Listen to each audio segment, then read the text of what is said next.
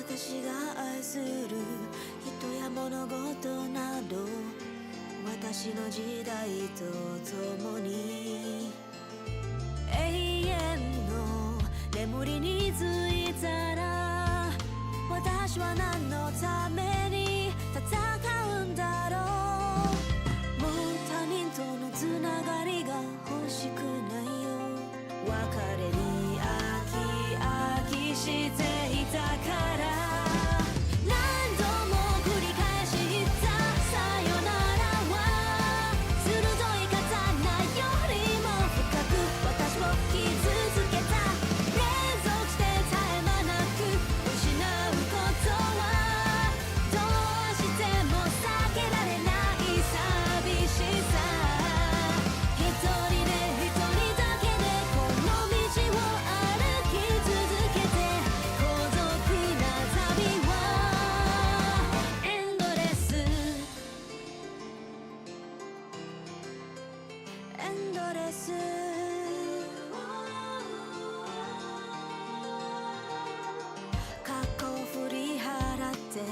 明日を見通してて、君の言葉が胸に響く。新しい出会い、新たな冒険、これは罪悪感の渦巻きから出して再生の機会かもしれない。この呪われた魂のかけらを一つずつ拾って友情の力で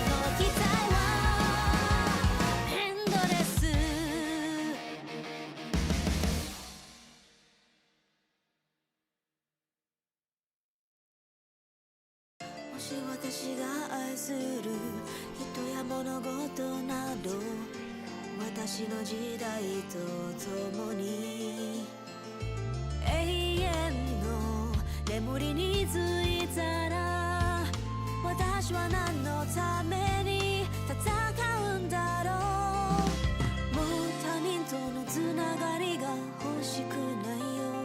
別れにOh, where am I going? Oh, there I am. Hi. Hello, hello. Hi, Fan. Hi, Sammy. Hi, Envy. Good day to you. I hope you guys can hear me. Yeah. I'll try my very best. We got a little bit of a reading stream going on today again. Obviously I had to change the mic, so we'll see how it's gonna work. It is a very big mic. Oh, it's a good Clan The member. fuck was Yeah, that? you are. Did you guys hear that? Am I tripping? Did you guys hear that? Who's a good clan member? Yeah, you are. I'm hearing weird noises. What is that? Is that the login bonus? What is happening?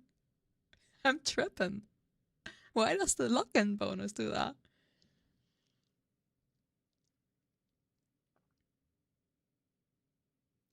Yeah, that's kind of the part of the microphone. At least you're working? Yeah. It is working. You are not silly for not understanding it, because we were trying to figure out the mix settings. And yeah, I have no idea what that was. That's kind of scaring me.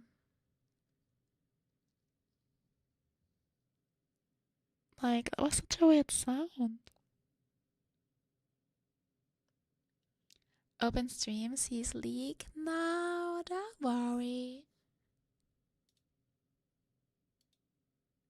Don't worry, don't worry.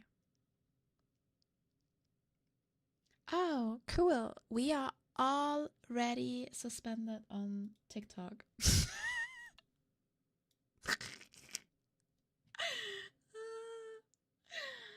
Oh my god, I swear to God. I swear to God. I, I just hit the go live button. I think it's my boobs, genuinely. This model is just too strong.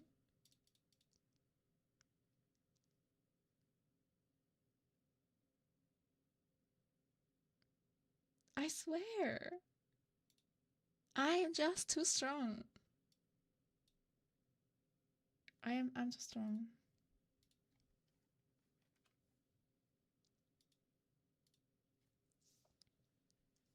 I need to read Goro to I need to read Goro to read a story about digging a hole. Maybe mute sound alerts for ASMR. They are. We have different ones, so I'm a bit confused.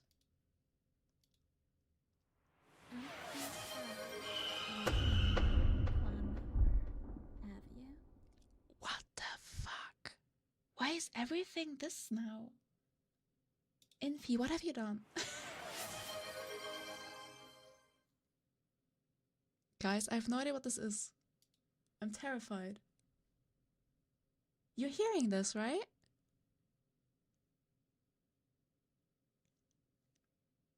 I'm very confused. Yeah, me too. I need a little bit to figure that out, guys.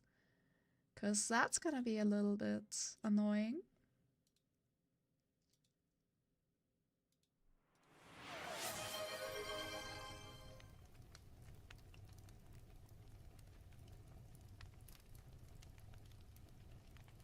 Everything has this... What is that? What have you done, Envy?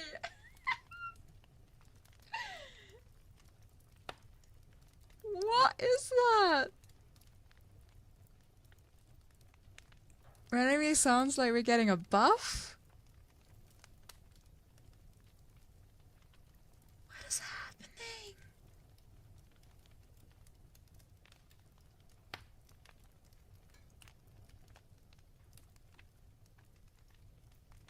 That's a bass sound for most redeems, but we don't use that in anything.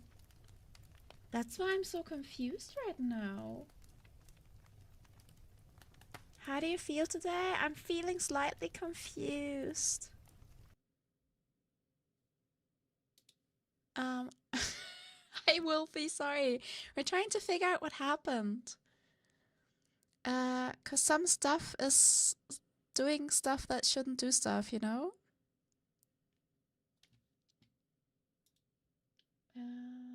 Is it every single thing? What the hell is happening?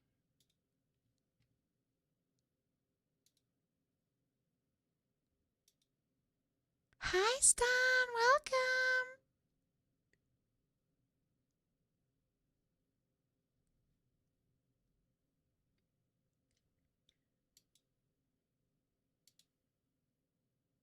Oh wait. I might have found the issue. You've been a naughty clan member. I found it. Thank you, Fend. Fend, you are mwah. This one's for you. Mwah. Mwah. Mwah. Let's go. Oh yeah, I love streaming. Streaming is the best. You're such a good dog. You're such a good boy, Fend. Yeah, I don't know. Apparently, in the Twitch alerts, they have alerts for people that redeem channel things, which is a bit weird. Who's a good clan member? Hi, Eureka! Who's a good clan member? Yeah, you are. Alright, I'll have to figure things out as long as, as we go, because that's how it is. But that's fine. Nothing, we haven't done before. Nothing we haven't done before. It's just how it goes. I just see that the babies are not here. There we go. Need the babies. Need the babies down here too. I'm just gonna move something around for TikTok. Maybe that'll make them a bit more happy.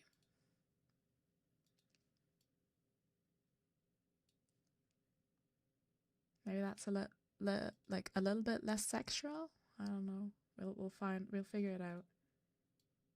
We'll figure it out. All right. We are all set, guys. We're all set. I hope so, at least. Trying my best. It's really hard.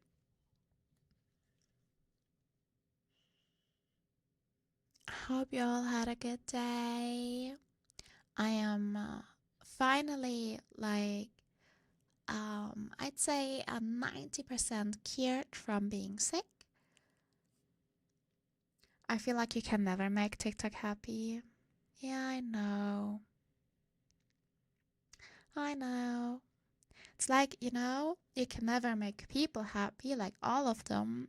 But I was kind of hoping of making my streaming services happy enough.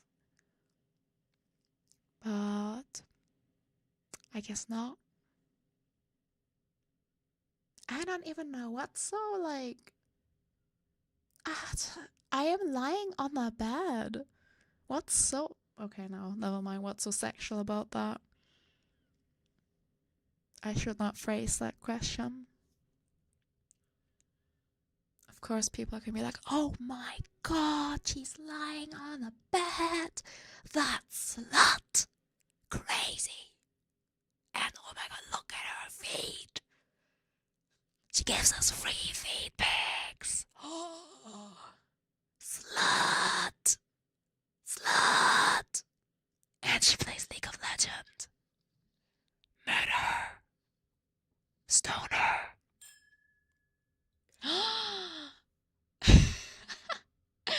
Hey, thank you for the follow. Ow, ow, ow, ow, ow, ow, ow, ow. I just ASMR. We can't do that here. Can't do that here. Silent slap, please. We need a silent slap. League is the worst part. I guess it is. It do be the worst part. Goro plays League. Get her stone and then throw rocks at her. No, Wolfie, it's alright. It's alright. I'm just figuring out. Oh my god, I just hit you guys. I'm sorry. Mwah. Mwah. I'm sorry. I didn't mean to. It's a bit. This microphone is so wibbly wobbly. I'm always scared that you guys can't hear me, that I'm not close enough. But I think it's fine. But I have to turn it around because now I'm like in your right ear. And now I go over to your left ear. Right? I think so. How? Opposite? Well, I have struggles with directions, so that's on me. I'm sorry.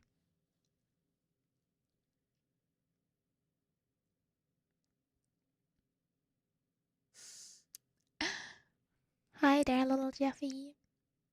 Sammy, your headphones are backwards? Oh, maybe that's the case. Huh? You ever thought that you might be the problem? Huh? I could never be the problem. Tell that to TikTok. TikTok, you have a problem, and it's not me. I think I need to make a new account.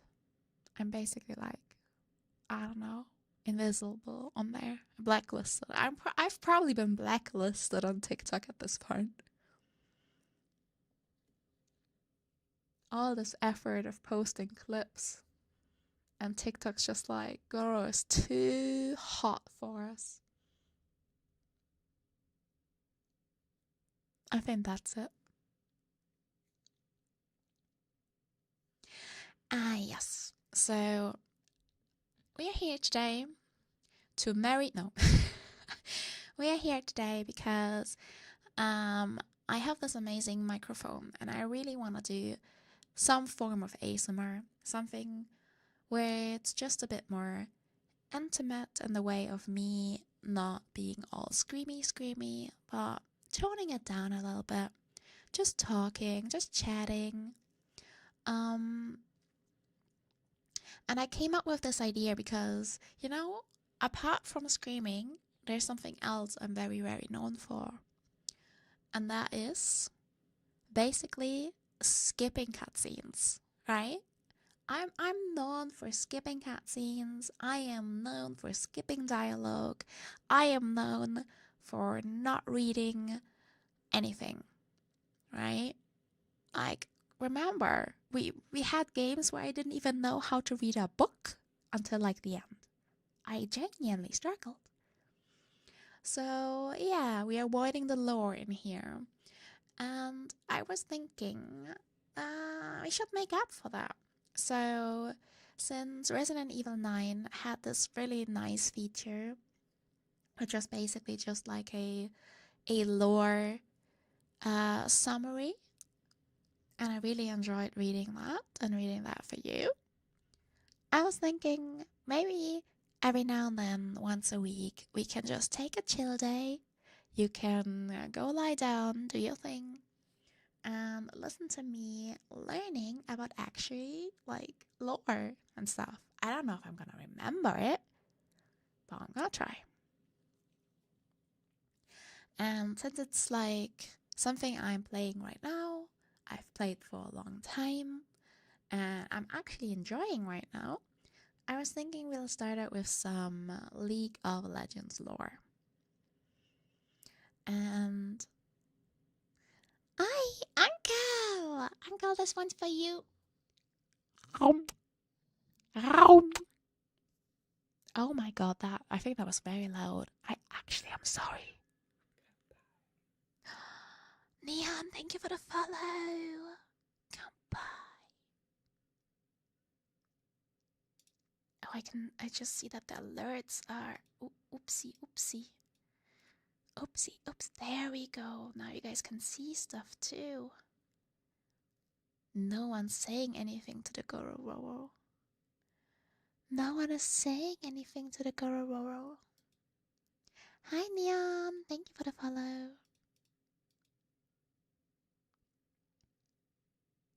Alright. Yeah, I'm very sorry. I had a lot of like stuff that I had to redo because I won't want to like kill you guys with sound alerts, so I had to do a lot of stuff differently. But here we go. Now we're all set up, hopefully. It's nice to meet you, Neon. So yeah, and since are you shitting me? I will be right back.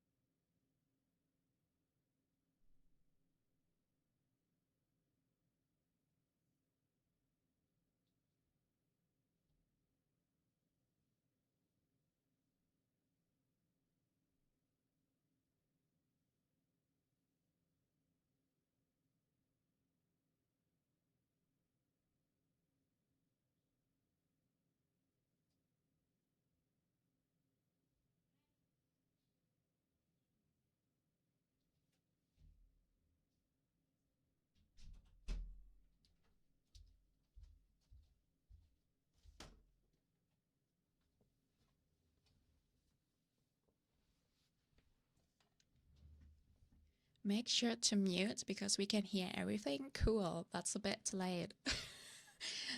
I don't think he said my name, so I think we're good. We're Gucci. I didn't get doxxed by my doorman. That was DHL. And I'm getting tired of them dropping my neighbor's packages at like 7:30. Like, hello? I am a busy woman. Imagine I was just in the middle of my very successful OnlyFans business. I'm currently there with a client having fun. And then, your name, first name Goro, last name Nyanya? You're right. Man. Can I be honest? Before we start into the entire league dive, I think Goro is a really cool first name. I think at this point in time, I've been Goro for like 3 years. I think if someone calls out to me in the street saying Goro, I'd probably listen to it. Wait, I just told you guys how to find out who I am. Don't do that. It is a cool name though. Not sure about the Nyanya necessarily. But Goro's is cool. It's badass, isn't it? It's badass, that's what it is. I forget my real name too. I like the Nyanya. That go wow wow wow. Only uncle is allowed to do that. That go wow wow wow. Miss Nyanya. Okay, it's kind of cool. If I would live in Japan. Konnichiwa. Watashi wa Miss Nyanya. Nyanya-san. O genki desu ka? I forget my real name too sometimes. Yeah, it's really hard with you, Sammy. I'm always wondering, like, I don't know, like, obviously, like, VTubing is all about anonymity and stuff. Like, at least for me, that's one of the big things. Like, if I'm honest, I have 2 reasons why I'm a VTuber. And now, hi, Tara! Let me greet you first. I hope you had the best birthday ever, Tara. 2 reasons why I wanna be a VTuber instead of like a real life streamer. Anonymity. Like, I mean, I don't expect to blow up to the point that people would recognize me. I don't. I never do. Never did, never will. But I do think in my head, it's not about thousands of people recognizing me. It's about one weirdo living close by-ish and thinking bad thoughts and acting on them. You know what I mean? Like, it doesn't need 1,000 people, it just needs one weirdo to hurt you in a way. So that's why I'm like, I like the anonymity about VTubing. And the second thing, it's always the 1%. Yeah, exactly. And the second thing, the second reason, because honestly, a part of me, and don't like take this out of context, but I'm not gonna lie, a part of me hates VTubing in particular because of all the extra step I have to do. I have extra software, I had to get an extra model. Whenever I want to do something, it's not that easy. Like, I don't know, if I would have just my cam and I would just stream myself, I could just do a little dance or whatever. But I can't just animate my model to do a dance or whatever. It's like everything in VTubing is like tied to costs. To lots of effort. You know, all of this.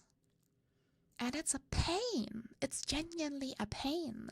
Because sometimes you have like a spontaneous idea of something you want to do, even just like a short you want to do, and you're like, I can't animate, I can't draw, I can't just do this real quick. I don't want to use AI. I can't just do it the way I would like to do it. And even if I go and hire someone, it's gonna take a lot of more time. And like if I would just record myself doing a clip or whatever, doing a skit, it's literally just I'm the resource, right? And I don't know. I genuinely do believe, or that's one of the things I really dislike about VTubing, because you're kind of very limited.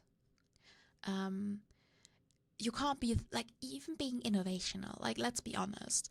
I titled myself first VTuber with ass, and I mean, I do think that I am like this model is rather unique, but it's not gonna stay that way because a lot of people have now gotten into these kind of models with different poses, and B, it still costs me a lot of money again. So anything you try and do to be unique about it, you always need to invest. Hi Iske, ASMR League, both, you're gonna see. And hi Kier, good evening. Making dinner and stuff after work. All right. Yeah, I'm just chatting a little bit before we get started. I don't know, I'm just in the run right now. Which one? Thank you. Kanpai! Let me drink too. I really need to drink.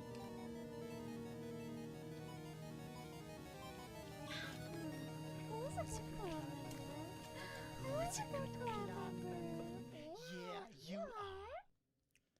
VTubing is so expensive. Indeed. Yeah. And like, a lot of people, hey waifu, mwah! A lot of people say, oh my god, it's like, you don't have to get an expensive model. You don't have to get this and that. You don't have to. No, of course you don't have to. But it's not necessarily about that. It's about you're never spontaneous. Like, there's always this, I see a trend, I see something, I see an emote that I want, I see something, and because it's trending right now, and it's like, it's not like you could just immediately get it, because there's always a lot of steps involved until there. And sometimes I just feel like if it's just a silly dancing trend, or if it's just a silly person trend that you can just do as a person, right? Not that I'm saying go and do TikTok trends, but I'm just saying it is easier. It is easier to just record yourself doing something than finding someone, finding an artist, finding a rigger, finding an animator, finding an editor, or doing all of the stuff yourself. That's way more time and money costs, you know? And that's the part I really dislike about VTubing. Because it's not only about money in that context, but it's about the time and the being so dependent on other people. And I've had really bad experiences with others, with artists. Like, they're not all, hey, happy, I pay you and I get my stuff. A lot of these experiences have been quite horrible. There've been a lot of stuff where I've waited, I've paid, I didn't get any feedback, the stuff didn't turn out, you know? And it's all like costing you time and nerves and money. But yeah, those are my two main reasons. Hi, Flano! Who's a good clan member? Who's a good clan member? Yeah, you are. Hi. But I was talking about my name, I think, when I started my rant. I'm sorry. I think I remember you trying to get this model. Yeah. That's like the one fit. Like, that's basically what I'm referring to in the long run. I saw this model. I saw I think it was like an artist I saw on Twitter who did model poses like here, like this one. And I tried to get this. I paid, and it took, I want to say, over a year. It took an entire year. And one of the main reasons why I wanted this is because I found it to be unique. And I was like, I'm gonna get this and I'm gonna look special. And people are gonna be like, wow, that's a cool model, right? The longer the wait took, the more I was like, well, until like I'm ready, 50 million people have jumped on this trend already. And that's very frustrating. But that's just me. I think Rito mentioned it already. The plus about VTubing is not having to get dressed, not having to put on excessive amount of makeup, not having to, I don't know, I can just put my hair up. Hi Crab, I'm doing alright, thank you. I'm finally much better. Not having to care how I look. It's not like in the way that I'm 500 kilo and don't take care of myself, but just in the way that I don't have to like put on a push-up bra and, you know, show cleavage, because that's what it is for a lot of female creators. Like, I'm not saying they're doing that, you know, to get that kind of attention. I'm just saying they're gonna get judged either way. They're gonna get judged if they don't look good enough. And then they're gonna get judged if they have too much cleavage. Then they're gonna get judged if they don't. I don't know, if the hair doesn't sit perfectly. No matter what you're gonna do, I do think that you're gonna get judged. And that's one of the reasons why I'm like, I don't wanna be put in that position, because I'm kind of fragile. Like, I don't know how to say this. Like,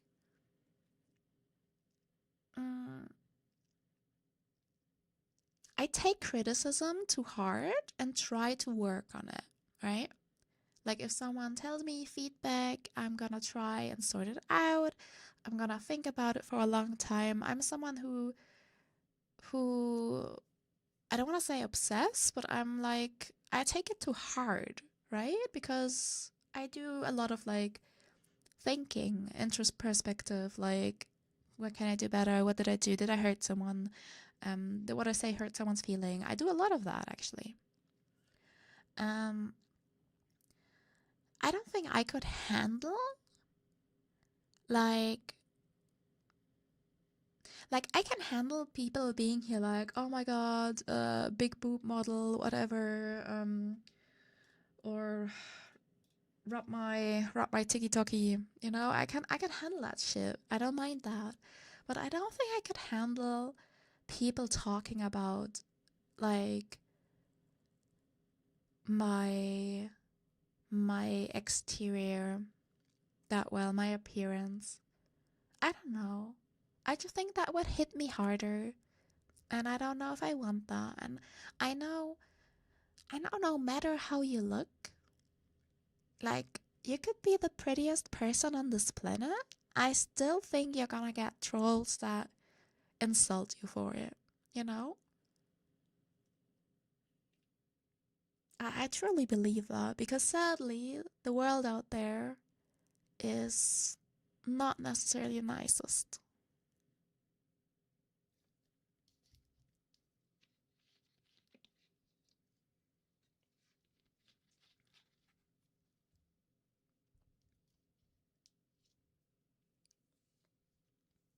That's totally true. There are always haters, no matter what you say, what you do and say. Yeah.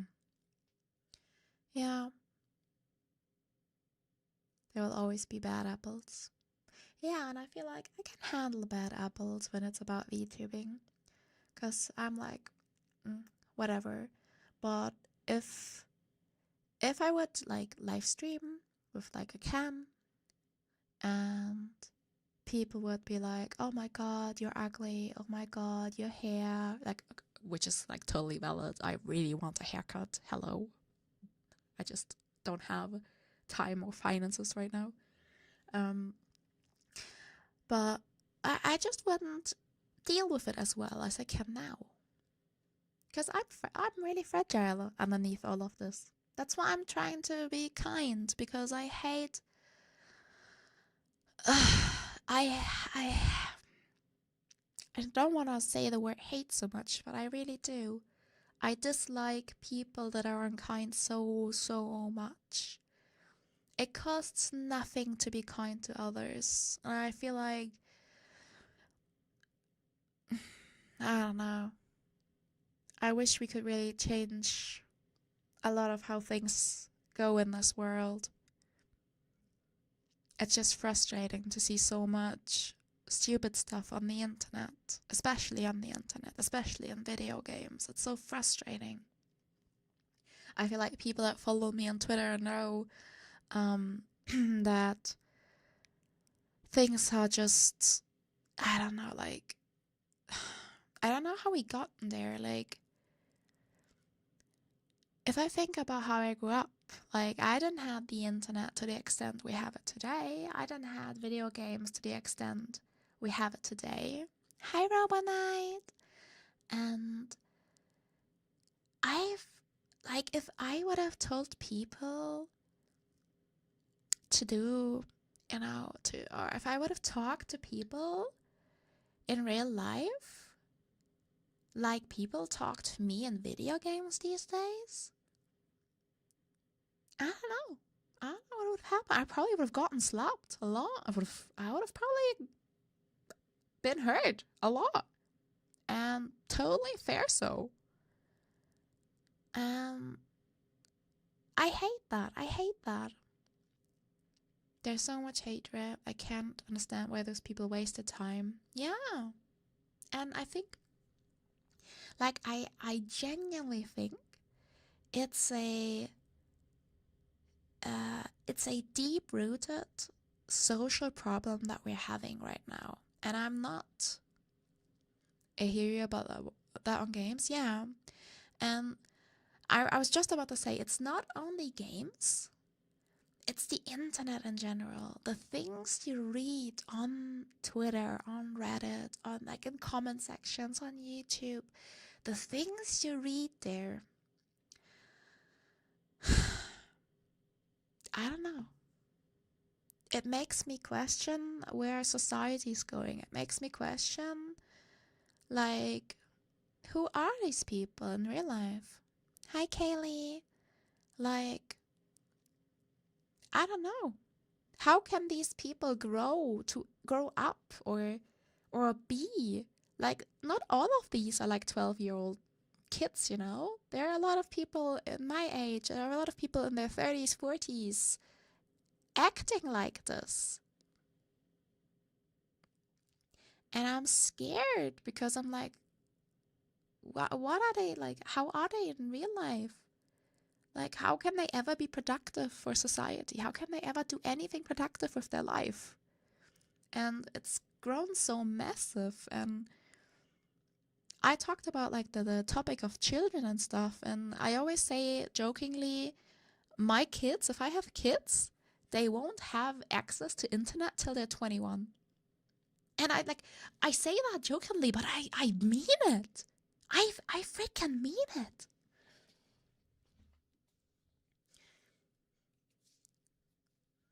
The internet has removed the filter a lot of people have in a bad way. They think I don't see you or have a chance to meet you, so I can say anything I want. Yeah, I agree, but I do think it's more than that, Rito. I do think, especially for people growing up like that, like, you can't tell me that they can really separate from being this kind of person on the internet and then separate to their real life. Like, they might be too cowardice to do something in real life, but I still think they're not gonna grow up decent people. And I'm starting to genuinely believe that, and I'm starting to genuinely feel so helpless about that because especially as a woman, you often get told, "Oh, just mute them. Just mute them. Just ignore them." Um, ignoring problems has not always had the best like resolution. I don't know. Percentage. I don't know how to better explain it, but ignoring problems has not always helped with the problems.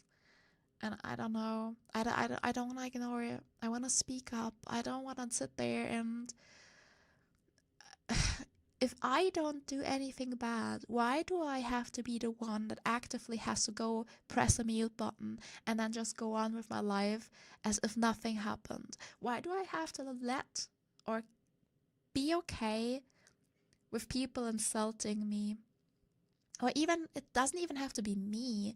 I like when I play a video game and Semi gets insulted, if I play a video game and even a random on my team gets insulted, if that person hasn't done anything wrong, like, I don't think that's good. I feel for them. I have empathy for them. I sympathize with that situation and I want them to not feel like shit. Where is that? Where is that?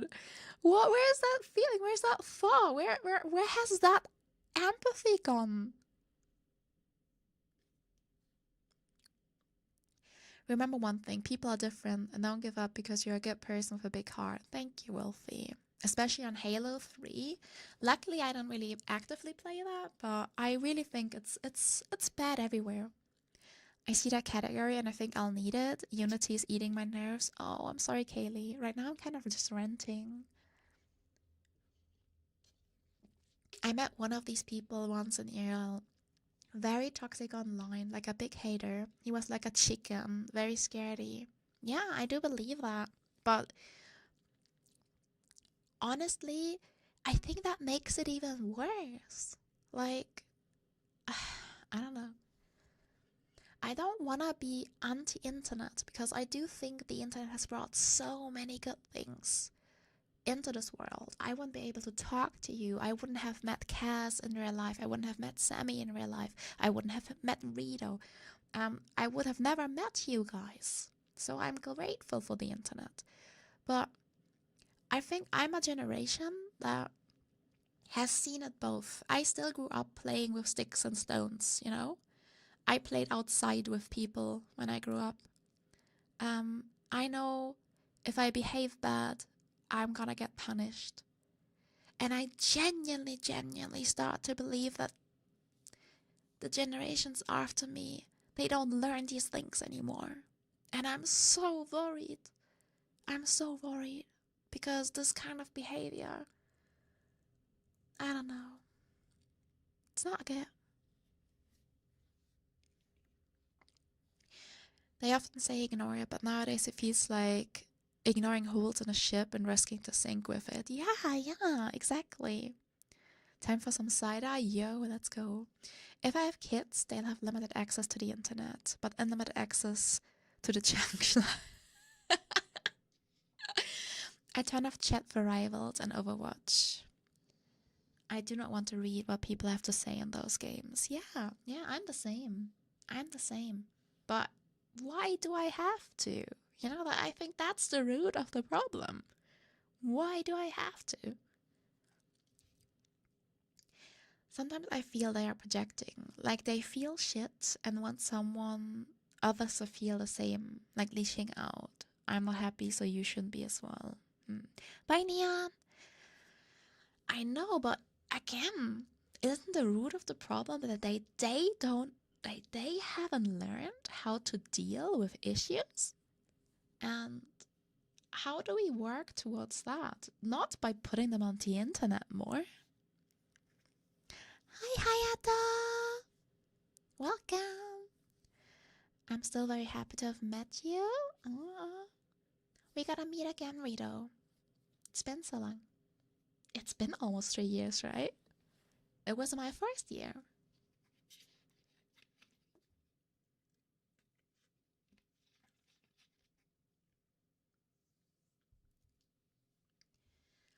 That's such a childish way to behave. I would never want others who had nothing to do with my bad feelings to feel bad as well. Exactly. And I really do believe that.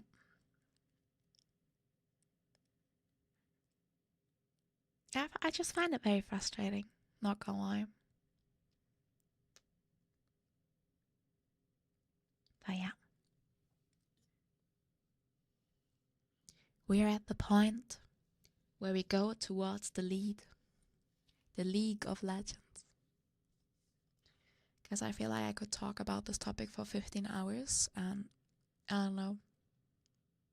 I think the only thing I could do is become a politician, and the lack of leggings. Exactly. Like I thought about it today. When I posted on Twitter, I thought about it today.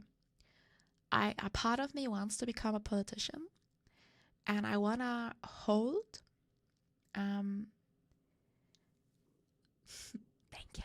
I wanna hold the publishers of games like Marvel Rivals, League, all of them, Valorant. I wanna hold them accountable. You know? I wanna hold them accountable for how the people that use their game, their services act. And oh my god, that purring is strong in this one. And the way I would go about it is by IP ban. That is a long ass purr. That's, by the way, Haru. I recorded him purring.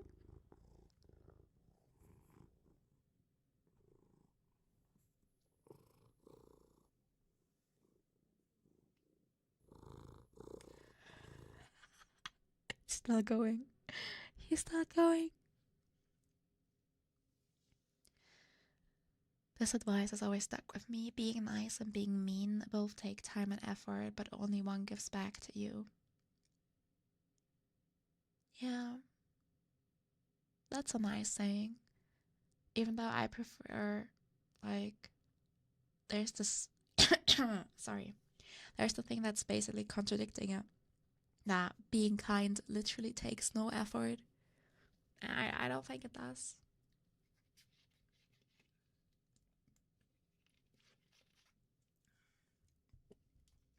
It aligns with the if you don't have anything nice to say, don't say nothing at all.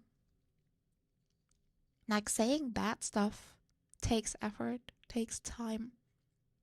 Just say nothing and you're kinder than anyone else.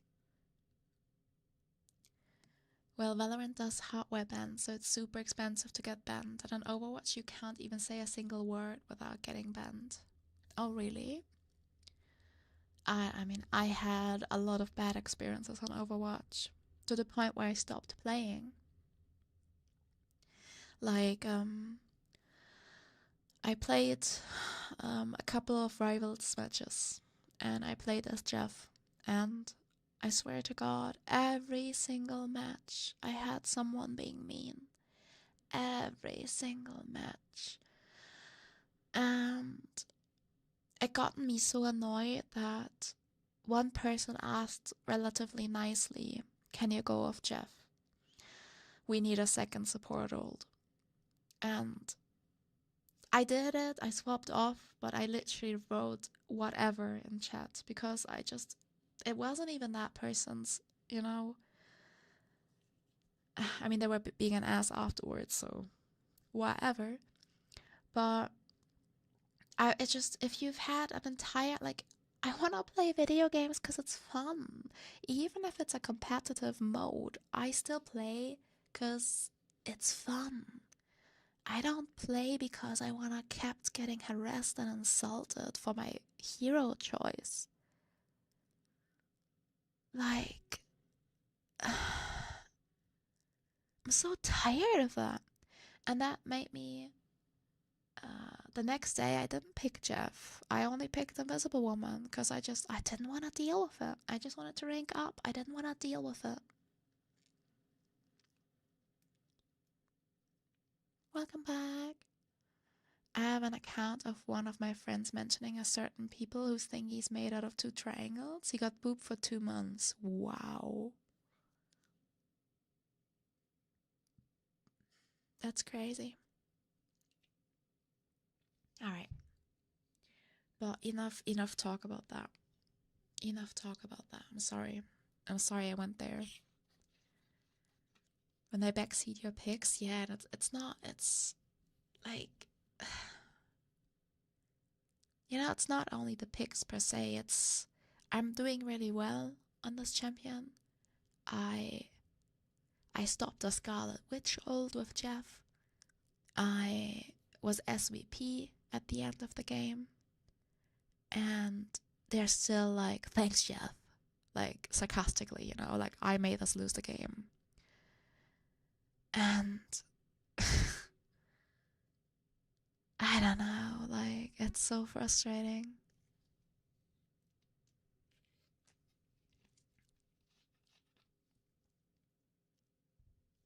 I'm at the point where I simply hope that they're gonna give Jeff a support ult, like, that's stronger than anyone else. And then I'm just allowed to play him for the rest of my life. I don't play Marvel, but Jeff seems like a great character from what I've seen you. Yeah, he is. He is. He really is. And I understand all the worries. I understand that you want a second support ult. I understand that, but sometimes people are just people. My biggest problem with Jeff is I'll never be him. If you can make a lemonade stand, you're halfway there. Yeah, Kier, come on. Sell some lemonade for me. Yeah. Goodbye. Alright. But if I give you a Jeff onesie, will you be my Jeff? Oh. I tried to sell lemonade, but some duck kept coming by asking if you've got any grapes. Da da da da lemonade. Da da. He's such a cute boy indeed. I don't know.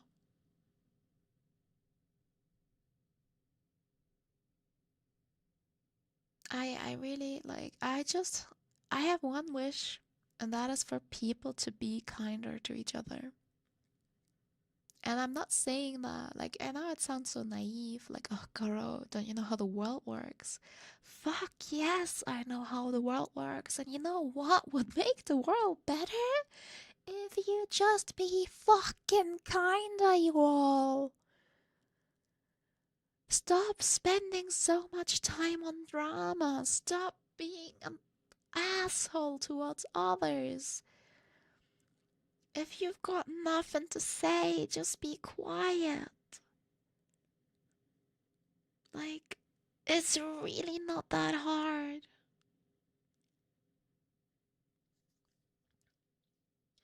It does not matter how kind you are, German kids are Kinder.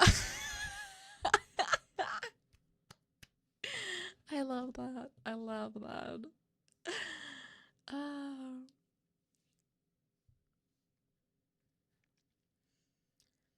People are obsessed with being the main character. Yeah. I don't know. I don't even wanna be the main character. Like, come on. I'm good being a role somewhere. Just leave me alone. Hi, Oni-chan. Welcome in. I just think it's all crazy. Alright. I feel like I said this for the 15th time now. I'm gonna start reading, guys. I'm gonna start reading. You guys can just sit back and relax. Or you can chat your heart out. I have no specific order. So I was just gonna try and start with the letter A. I'm gonna take a big sip.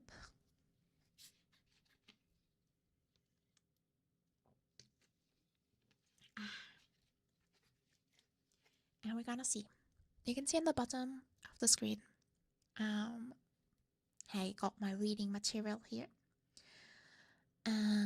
This is basically a website just for League of Legends lore. You can see all the regions. You can even read something about comics. You can see the old universes, the different skin lines that they have. The Stargate, Asgardian, Odyssey, KDA. So there's a lot of stuff. And each character has their biography, and some of them have stories. So I was just gonna go with that. There's also a little overview over the regions. You've been a naughty clan member, have you? Hi, Shiny Pikachu! There are a lot of regions. Holy moly, there are a lot of regions. I don't even know all of this. So maybe if we have questions about the regions, we can just go in there and ask us when the time comes, I believe. You're playing Omega Ruby on your laptop? Oh. You never beat the Elite Four before? Oh no. Now you can get to it. Yes, I have feet. We got the feet in the house. Did you know that Ixtal didn't really exist for a long time? The only character who spoke about Ixtal was Kiana. Some people claimed she was just schizophrenic. That is actually funny. I wonder if that's somewhere in her lore. Probably not. But yeah, I'm excited. I have not looked at it, so I'm probably gonna do a lot of mistakes. So I'm sorry for that. But I'm gonna try my best. This is true, and then when they revealed it, they were like, Rengar and Nidalee are also from there. No way. Anheld! Come here. Big smooch for you, Anheld. Thank God they rewrote the lore so she's not the only one. Oh. Wuppenheld? What happened to Wuppenheld?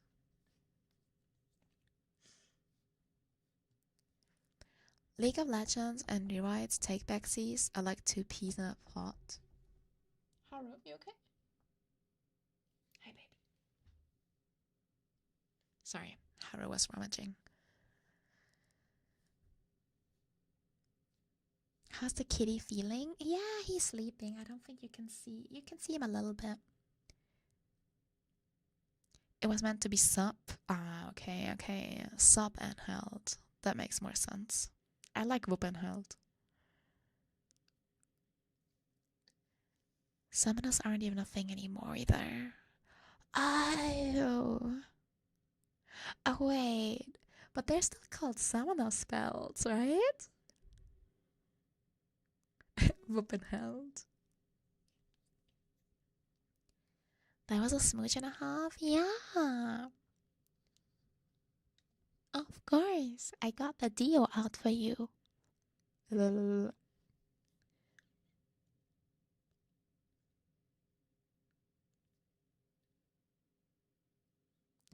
Oh yeah, you're go clean. I'm looking forward to Sunday.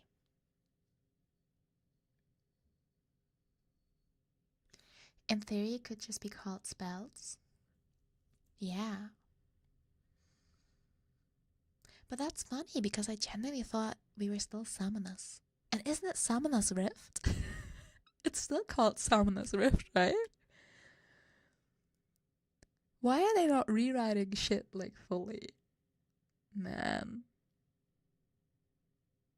We haven't been Summoners for like 10 years now?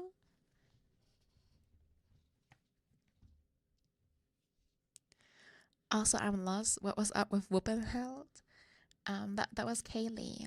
Kaylee wrote that. Holy moly, did you just realize that we're still in Summoner's Rift? League was the first battle royale? Well, some of us were written out like season 3. But to this day, some champs still refer to summoners. That's what the cool kids say.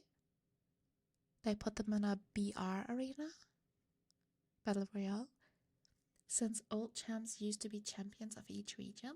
Oh.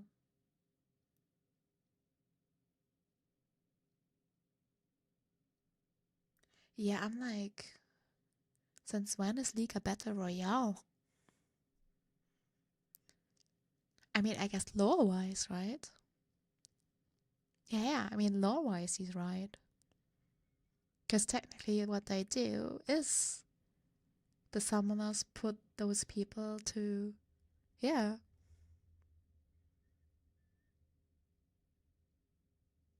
That's kind of mind-blowing. Now that you think like that you're talking about it. If only they know they could have created one and be the first to create one.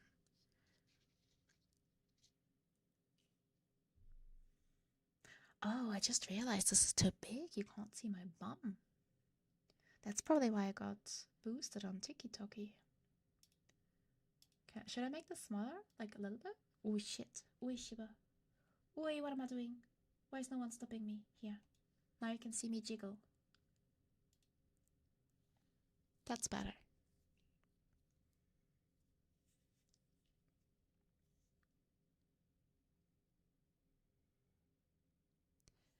And since when was League their OG Battle Royale and not, Battle Royale?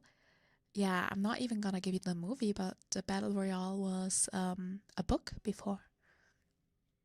It was all from a book. So technically,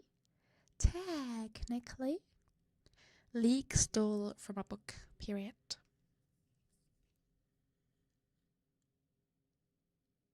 Everyone is just stealing from each other. Ezreal used to only be a champion because he found a glove that gave him magic powers. Lucky bastard. But the glove would yoink him into the Summoner's Rift, but he didn't mind because he's got a sick-ass glove.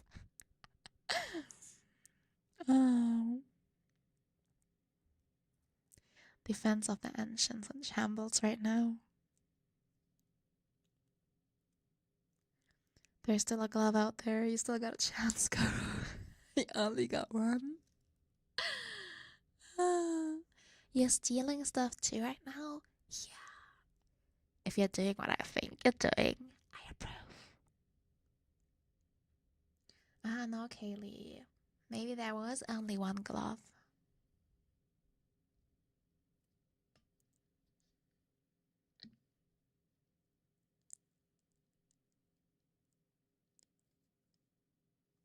No glove, no love. Amazing.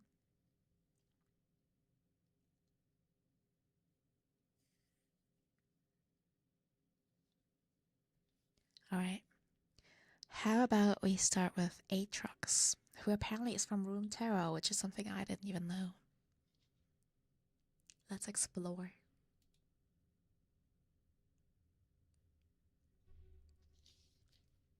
He looks so cool, man.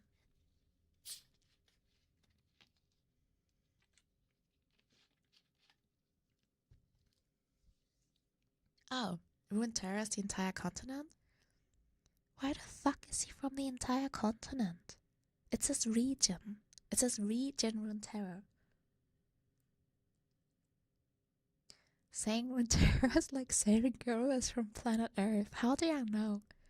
Maybe I'm from Mars. That's why I'm so hot, Kier. That's why I'm so hot. Ha, gotcha. Gotcha moment. Man is just that massive. Because the story is mixed with Shurimans, Targonians, Noxians, and Celestials. Now load up. Girls from Mars. Girls are from Venus, but boys go to Jupiter to get more stupider. Wow, I love that. Aatrox is Mr. Worldwide. Well, technically Bro would be Shuriman, right? But he went all over the world, so Runeterra fits. He's more like Mr. Worldwide. Go from Mars. You wanna go to Mars? No, don't go. I'm here now. I'm on Earth now. So I can be with you guys. Really. Reinventing my lore as we go. Alright. Aatrox, the darkened blade. I must destroy even hope. Well, what a nice fella. So his race is a Darkin. Can we read about that? We can read about the Darkin. Oh, and you see, okay, these are all the Darkins that we have. Darkin.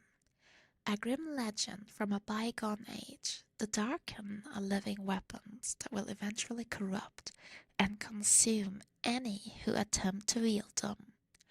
Once great warriors in their own right, they were deceived and imprisoned within the blades and bows they carried in battle, and hidden away so they could never threaten the mortal realm again. But amid the cataclysmic events of the Rune Wars, the true origin of the Darkin and the threat they posed to all life on Runeterra was largely forgotten. In the centuries since, a handful of these weapons have been rediscovered by the ignorant and the ambitious alike, and have already begun to seek out new, stronger hosts. A reckoning is coming, and the Darkin will have their vengeance.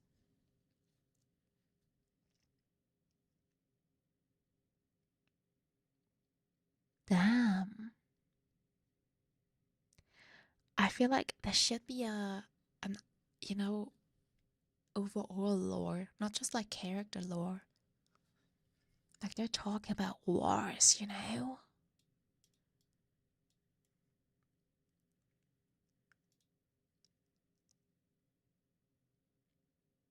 Oh look, you can even see who's like related to him. I don't think they mean like biologically.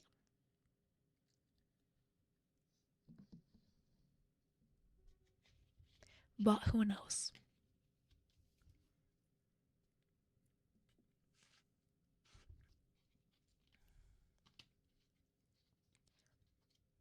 Ah, I see. Alright. Rise is the main character of League? Damn, maybe we should have started with him. Let's go and read Aatrox's biography.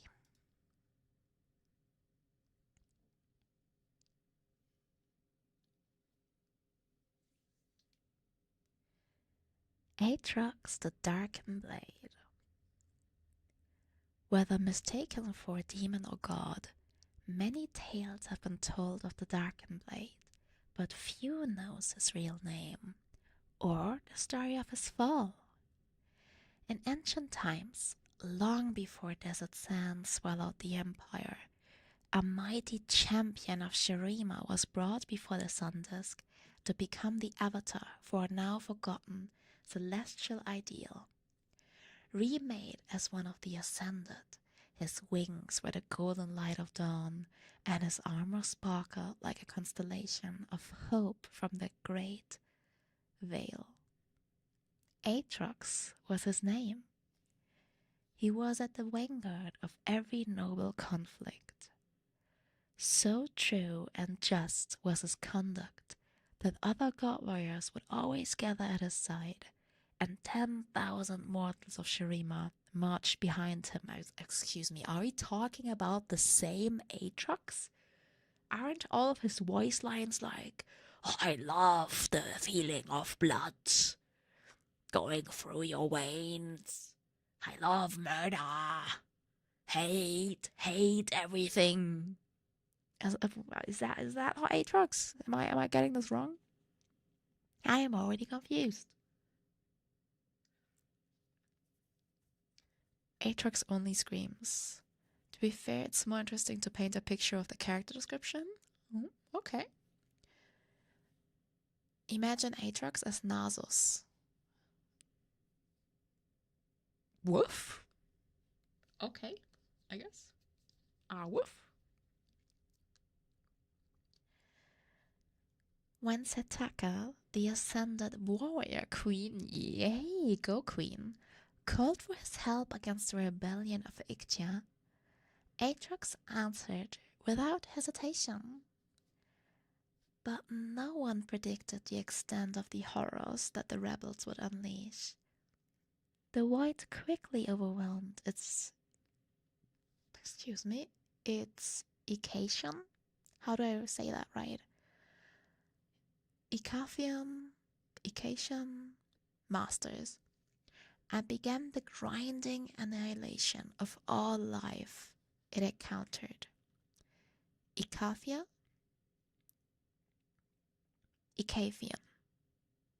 hard K, Icafian. After many years of desperate battle, Aatrox and his brethren finally halted the Void's preserve advance and seared the largest rift shut. But the surviving ascended, the self-described Sunborn, had been forever changed by what they had encountered. Though Shurima had triumphed, they all had lost something in the victory, even noble Aatrox. And in time, Shurima fell, as all empires must. Without any monarch to defend or the existential threat of the void to test them, Aatrox and the Sunborn began to clash with one another, and eventually this became a war for the ruins of their world. Mortals fleeing the conflict came to know them instead by a new and scornful name, the Darken. Fearing that these fallen ascended were as dangerous to entire survival as the void incursions had been, the Targonians intervened. It is said that the aspect of twilight gave mortals the knowledge to trap the Darken, and the newly reborn aspect of war united many in fighting back against them. Never fearing any foe, Aatrox and his armies were ready, and he realized only too late that they had been deceived. A force greater than 1,000 dead suns pulled him inside the sword he had carried into battle countless times, and forever bound his immortal essence to it. Okay. Man, I hate the aspect of Twilight. Why? Is it because you're a vampire who sparkles?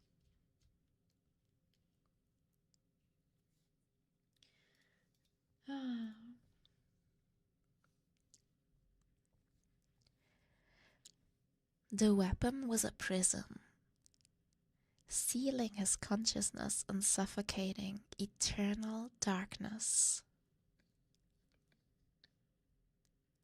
Targ and Loki, one of my least liked regions. I don't know anything about it. Who is from Targum? Just hate how she plays. Hi, Echo! Welcome! Oh, is that where Leona's from? Oh, that would make sense with the sun stuff, right? Hi. Hope you're doing fine. Zoe, Leona, Diana, Tarek. Oh, Tarek is from there. Burn it to the ground. Burn it.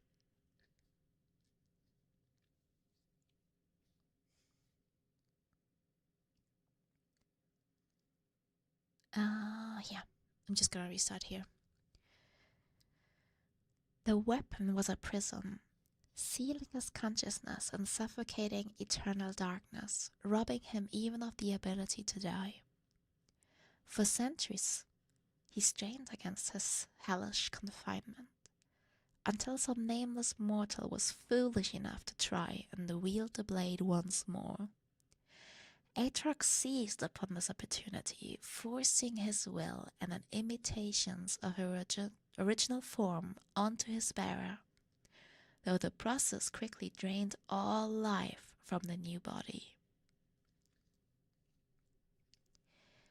Oh, he's like a parasite now.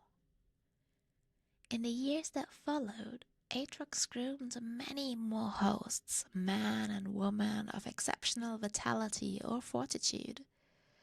Though his grasp of such magics had been limited in life, he learned to take control of a mortal in the span of a single breath, and in battle he discovered he could feast on his victims to build himself ever larger and stronger. Aatrox traveled the land, searching desperately, endlessly for a way return to his previous ascended form. But the riddle of the blade proved unsolvable, and in time he realized he would never be free of it. The flesh he stole and crudely shaped began to feel like a mockery of his former glory. A cage only slightly larger than the sword. Despair and loathing grew in his heart. The heavenly powers that Aatrox had once embodied had been wiped from this world, and all memory. Raging against this injustice, he arrived at a solution that could only be born of a prisoner's desperation. If he could not destroy the blade or free himself, then he would embrace oblivion instead. Now Aatrox marches towards this merciless goal, bringing war and death wherever he goes. He clings to a blind hope. If he can drive all of creation into a final apocalyptic battle where everything else is destroyed, then maybe he and the blade will also cease to exist. Wow, that is dark. That's some dark shit, everyone. Crazy.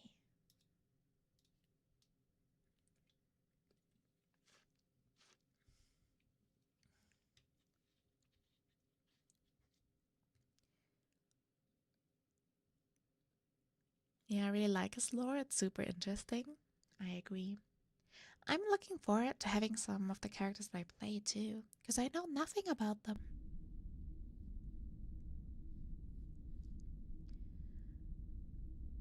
I'm gonna go into his story.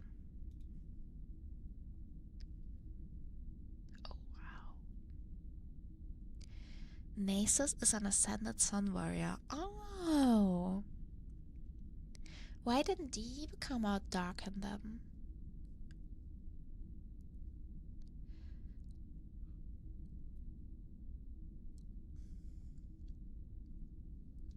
They usually take the shape of an animal. I see. So a little bit like Egyptian lore. Nasus is a stoic MF. He built different. Aru. I see. Like a beaver? Definitely. Alright. These sound alerts are very long infy. Just for your information. We might wanna calm them.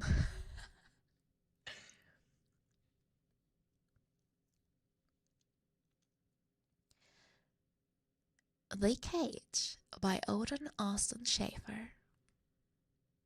You reading all? Yeah, I plan to.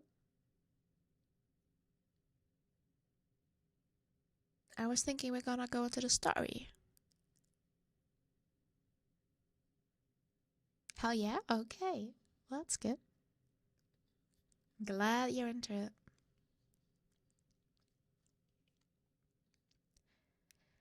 The Cage by Odin Austin Schaefer. Darkness. The breath I cannot take plagues me. It is an emptiness in my lungs and throat, as if I had stopped mid-breath and then held my lungs cruelly waiting. My mouth open, throat hollow, unable to pull in air. My chest a horrible tension on my thorax. My limbs and muscles refuse to move. I cannot breathe. I am choking. The pressure builds. The stillness spreads to my chest and limbs. I want to scream, to tear at my face, to wail, but I am trapped. I cannot move. I cannot move. Darkness. I must remember. I must remember. The battle. I lost control. It was foolish.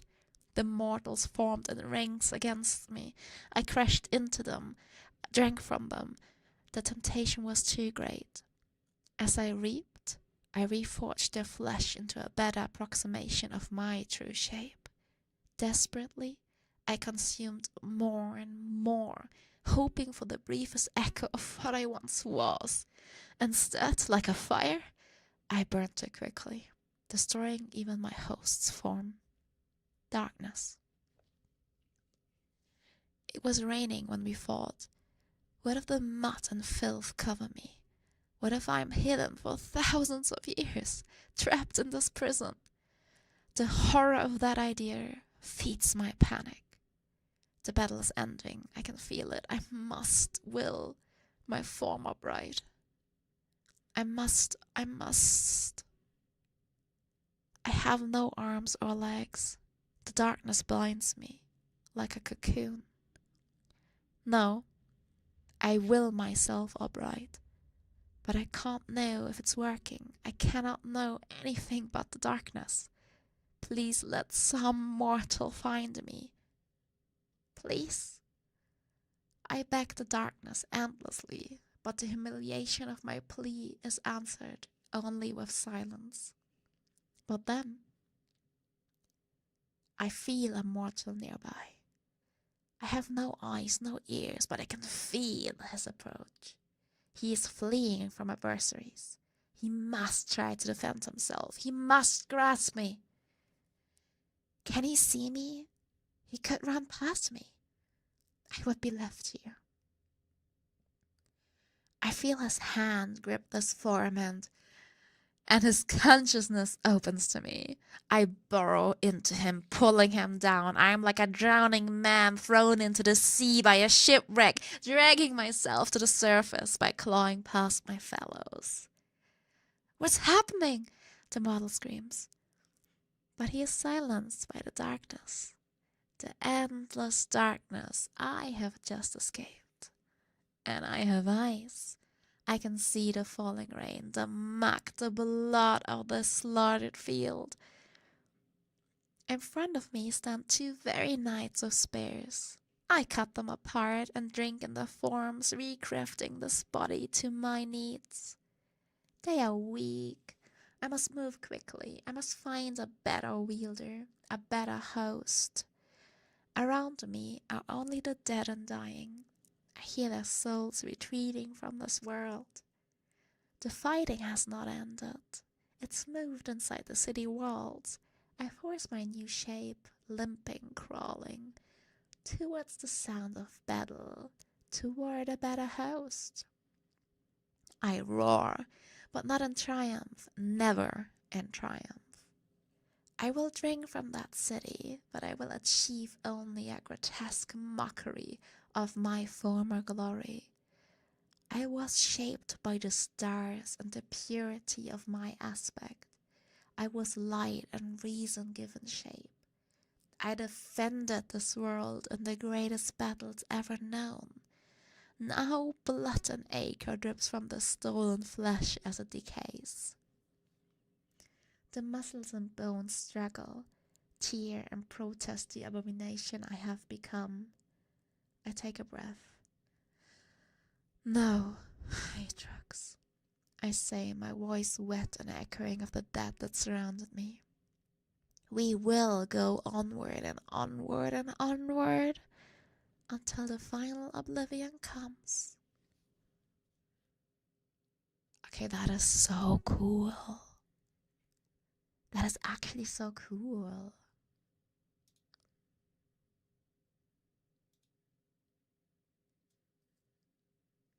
He's metal as fuck.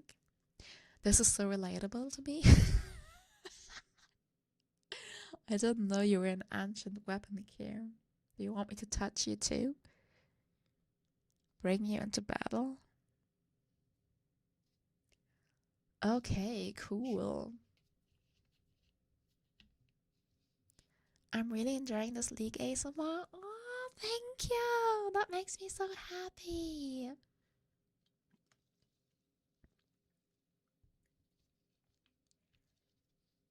I really like the idea too. And we have so much material, and we have so many other franchises, and so much lore that I've never really understood, but now we can go and dive into it. I'm interested in learning the lore of the game I've played for almost 13 years. Yes, same. I feel like that about so many games too. Oh my god, I want to do Final Fantasy 14 too. There must be something about that. I'm sure. Ah, I'm excited. Thank you guys. All right. The question is, do we just straight up go to like Ari now, or do we wanna like stay in here and maybe go to like someone that he's connected with? Like maybe the other Darkin? Like initially I thought we just go down the list so we don't forget anyone. Yeah, I think let's just go down the list, guys. I'm sure if we have to reread something, we can just get down there. Alright. Next up is Ari. Liat would be simpler. What's Liat? Liat? List. Oh, I'm stupid. Yeah, that's what I thought too. Thank you, Mom. Do you want some recommendations for some characters that are part of big lore things in the universe? Nah, I think we're just gonna go down the list, guys. I think that makes a lot of sense. It's so much, we won't go through all of it tonight anyways. I think Twitch has one. I think Shaco doesn't have a lot. It's a bit overwhelming. I mean, I don't think all of them will have a story, but it'll be fun anyways. Alright, let me drink. Literally one paragraph. I mean, Atrix had a lot right now. Oh yeah, I'm gonna, every now and then, I'm moving the ear. Because I don't know if it's getting annoying. I don't even know if this, like, I need a genuine, reply later. Do you want me to use the 3DO for this? Or do you want me to use the normal mic? Because right now, I can give smoochies. But I don't know if it's going to be annoying to always have me in one ear. So I need a reply later. What you guys think is better. You can think about it till next time.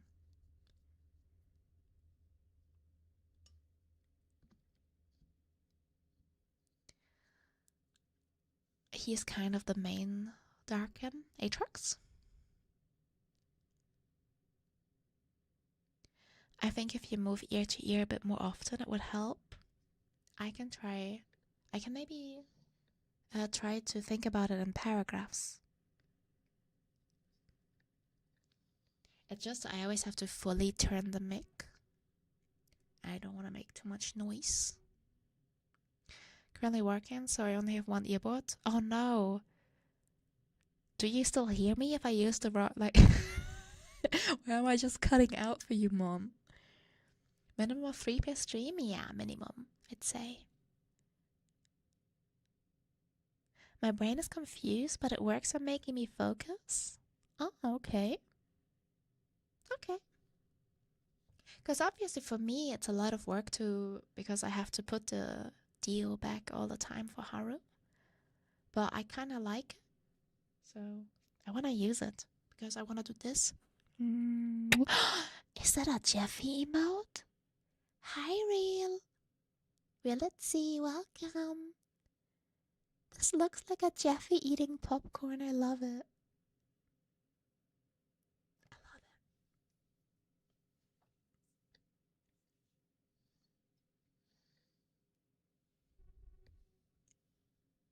it. I'm just seeing things that I want. Alright, guys. Next up, we have Ari.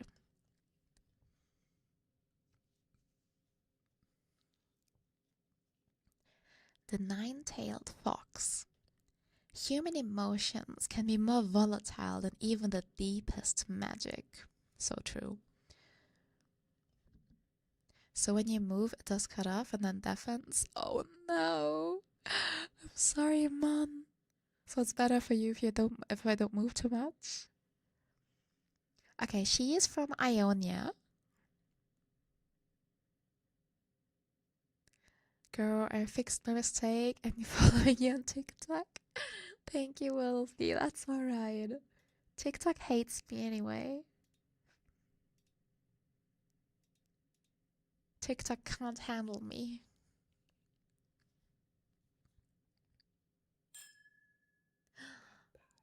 Kanpai. Thank you for the follow. Yes, but don't let me. Okay. Then next time you can tell me what you prefer, Mom. I just want to use this mic because it's cool.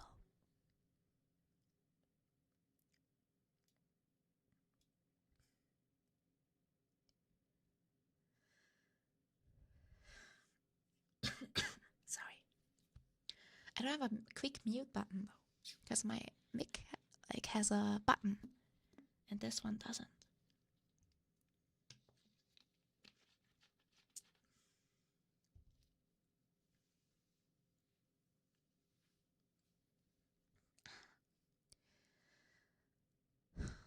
For most of her life, Ari's origins were a mystery to her.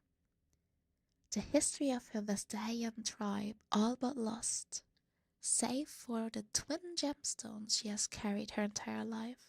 Sorry, that confused me a little bit. That formatting, guys. Guys, you can't have that formatting. Where do I do complaints? I need to complain about this formatting. Hello? Mr. League of Legends?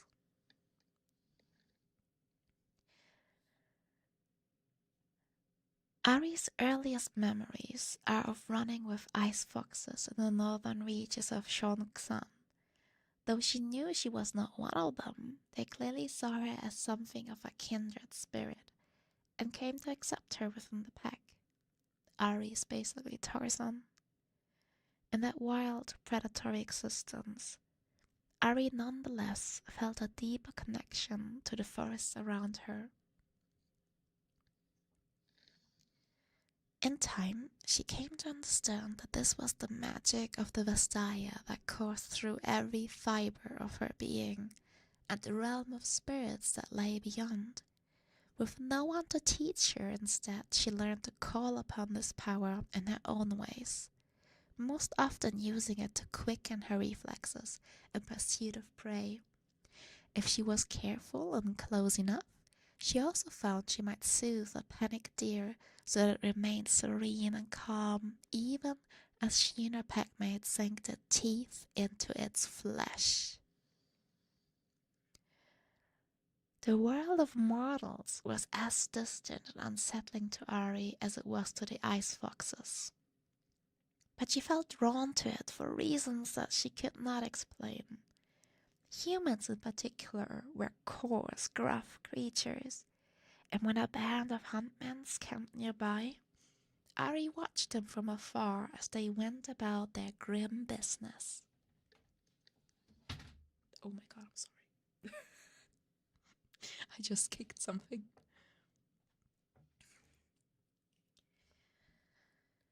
When one of them was wounded by a stray arrow, Ari could feel his life seeping away.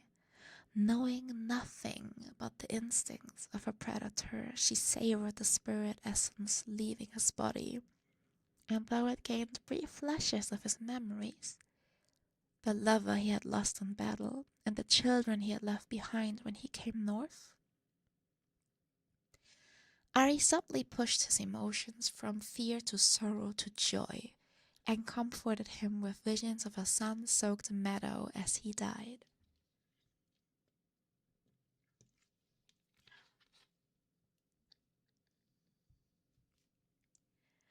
Afterward, she found that human words now came to her easily, like something from a half-remembered dream, and Ari knew the time had come to leave the pack behind.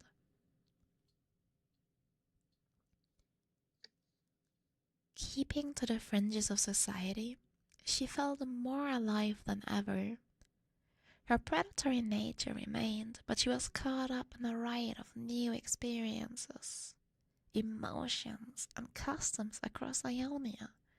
Mortals, it seemed, also became fascinated by her in return, and she often used this to her advantage, draining their essence while charming them with recollections of beauty, hallucinations of deep longing, and occasionally dreams colored by raw sorrow.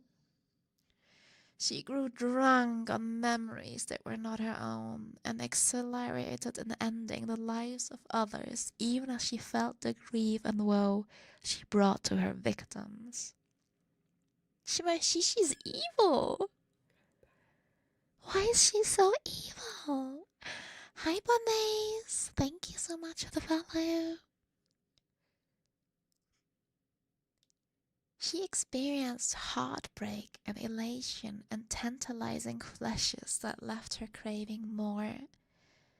It was overwhelming, but she sensed her own power fading whenever she tried to stay away and could not help but partake again and again and again. Fetch me their souls? Does she say that in game? Hi, Spice Wolf.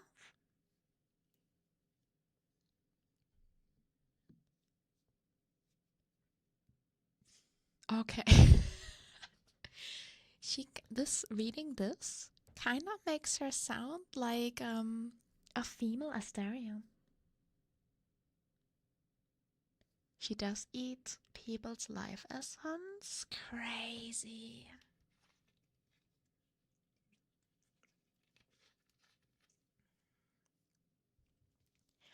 It's more like she tasted a fine wine and will continue to drink that wine because she liked it so much. Yeah, it sounds like Astarion to me.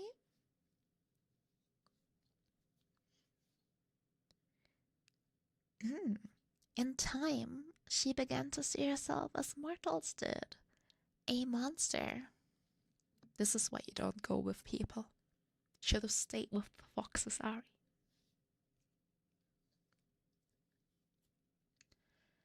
Until one day, an artist stumbled upon her, hunched over a man as she drained his life essence from him.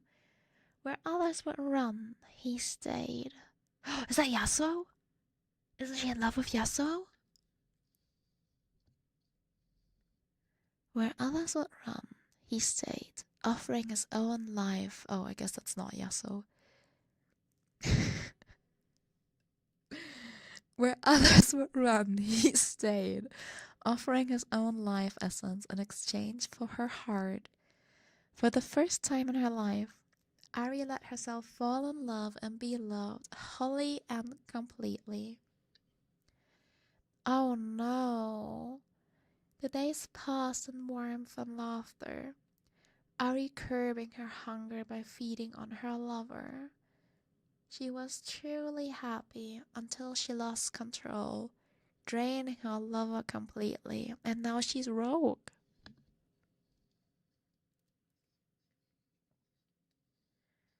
Not Yasuo, she meets her much closer to current events. I see. So this was like her first love? Through garbage and back with food? Yay! I'm proud of you, Arnold. Guys, do you realize you get smoochies for free? Yeah. I'm not asking you for money for smoochies. Am I not the coolest ASMRist ever? I'm honest, I just like smooching this thing.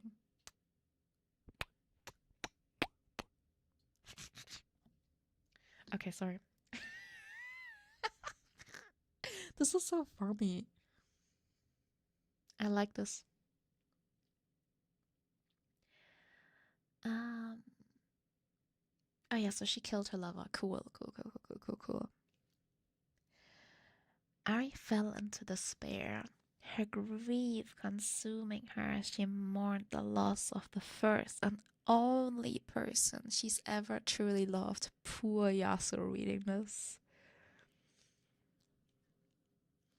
I mean, I didn't notice. Do you want money for it? I mean, others ask for money, you know? They have like triggers and stuff. I'm just saying that I'm I'm a slut. I'll do it for free. So please stick around.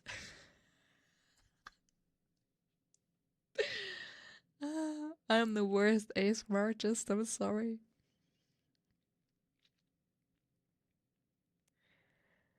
The first and only person who ever truly loved her. Retreating even further from society, she became consumed with learning more about where she came from, in hopes that it would help her control her abilities. Oh, yeah, because she didn't learn it, right? With her twin sunstones in hand, she set out in search of others like her, a journey that would take her out of Ionia and to Bilgewater. It was on the shores of the Shadow Isles where she finally discovered her ancestors, the Vistani, a Vastayan tribe that brought innovation and magic to the Blessed Isles before being wiped out by the Ruination. What the hell is Ruination? Hi Stick17, thank you for the follow. You do it out of love, they do it for money, they are the prosti- Oh, thank you. That's true, I do love you guys. Oh, she has a story. Of course, Ari has a story. Let's go. Veigalar Wound King. Nice. How do you know all of this, Sammy? You're amazing.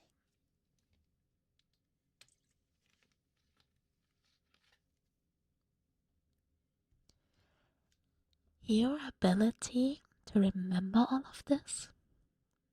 Crazy. Nuts.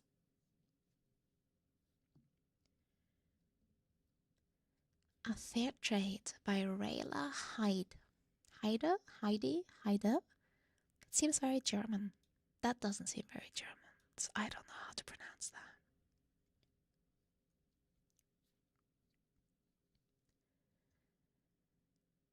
The market smelled of burning incense and rotting cabbage. Ari wrapped her cloak around her 9 tails and fiddled with her twin sunstone tokens to distract herself from the stench, rolling them between her fingers and snapping them together. Each one had the shape of a blazing flame, but they were carved in such a way that their sharper edges fit together, forming a perfectly smooth orb. She had carried the golden stone since before she could remember, though she had no knowledge of their origin. Wait, is that her weapon? Because they say it's an orb?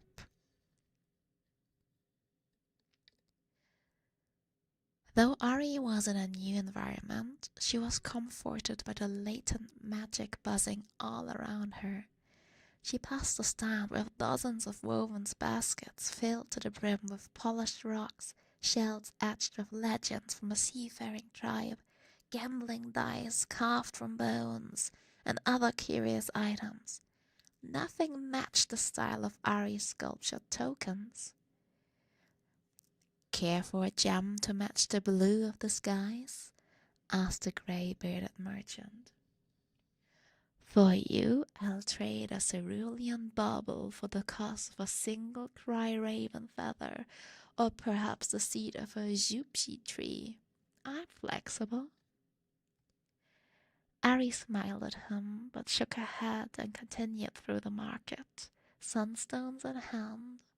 She passed a stand covered in spiky orange vegetables, a child selling fruit that shifted color with the weather, and at least 3 peddlers swinging tins of incense. each of whom claimed to have discovered the deepest form of meditation. Fortunes, come get your fortunes told, called a young woman with lavender eyes and a soft jawline. Find out who you'll fall in love with, or who to avoid unlucky situations with a pinch of burdock root. Or if you'd prefer your future left to the gods, I'll answer a question about your past. Though I do recommend finding out whether or not you're at risk for death of poisoning. A tall Vastaya with feline ears was about to take a bite of a spiced pastry. He froze and stared at the fortune teller in alarm. The answer is no, by the way. Yours for free, she said, curtsying at him before turning to Ari. Now you look like you've had a dark and mysterious past, or at least some tales worth sharing.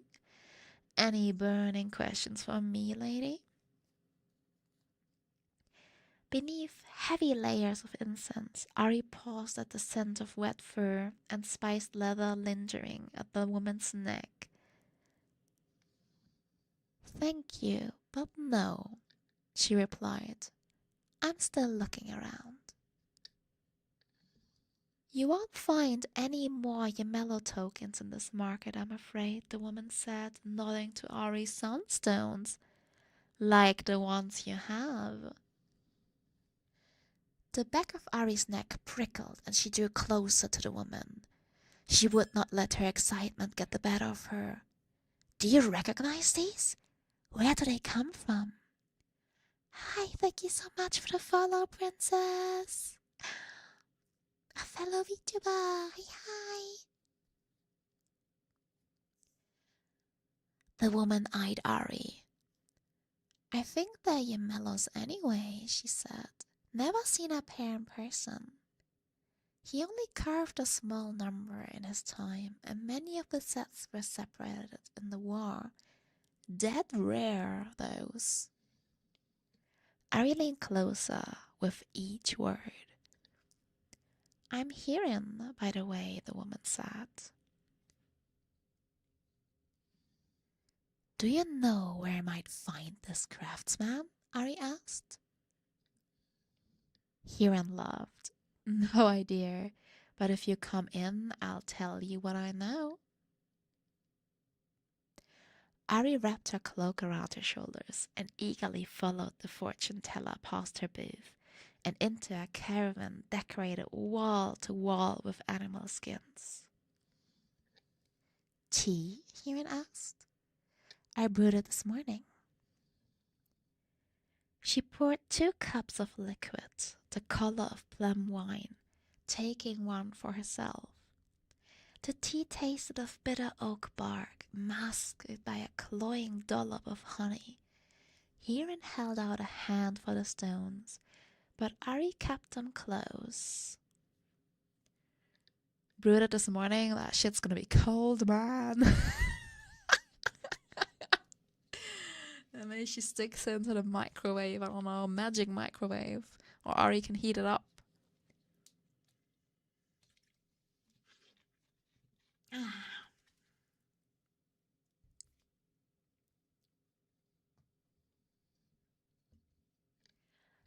I'm getting the sense that these are special to you, she said with a wry smile. Don't worry, I have no interest in peddling stolen sunstones. Bad for a girl's reputation. Can you tell me where they come from? Asked Ari, handing them over gingerly. Hiran held them up to the light. These are beautiful, she said. I don't know how they fit together so perfectly. I've not seen the like. Ari said nothing. She stood frozen with curiosity and did not take her eyes off the woman. Legend says the sculptor known as Yamello collected fossil lizard eggs from 1,000 years ago that he carved into intricate shapes. These These ancient lizards lived long before the Gato Sea dried up to a desert, leaving only petrified bones and dust. Lizards. Lizard. Hearing coughed, and Ari detected a bitter note upon her breath, as if she had been drinking vinegar. Gemello stones are designed as small pieces that fit into a larger sculpture, she continued. The woman dangled the golden pieces in front of Ari's face. Just as your past has left you with information to be desired, these stones may have many more parts that, when combined, create another shape altogether. Who knows what you'll become when you track down your history? With the missing pieces, you may learn more than you'd like. Those are pretty words, Ari murmured, staring at the woman. After a moment of silence, Hirin chuckled. Some threads of truth, threads of my own invention. A fortune teller's weaving must be seamless. The woman retrieved a hunter's knife from a cabinet. I weave in just enough of what you desire to make you stay, she said.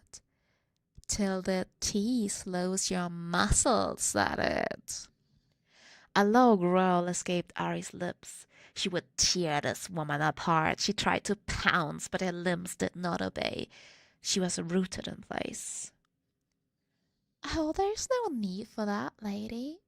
I only need a single tail, useful for a variety of potions, you see, and extremely valuable. Also, I think.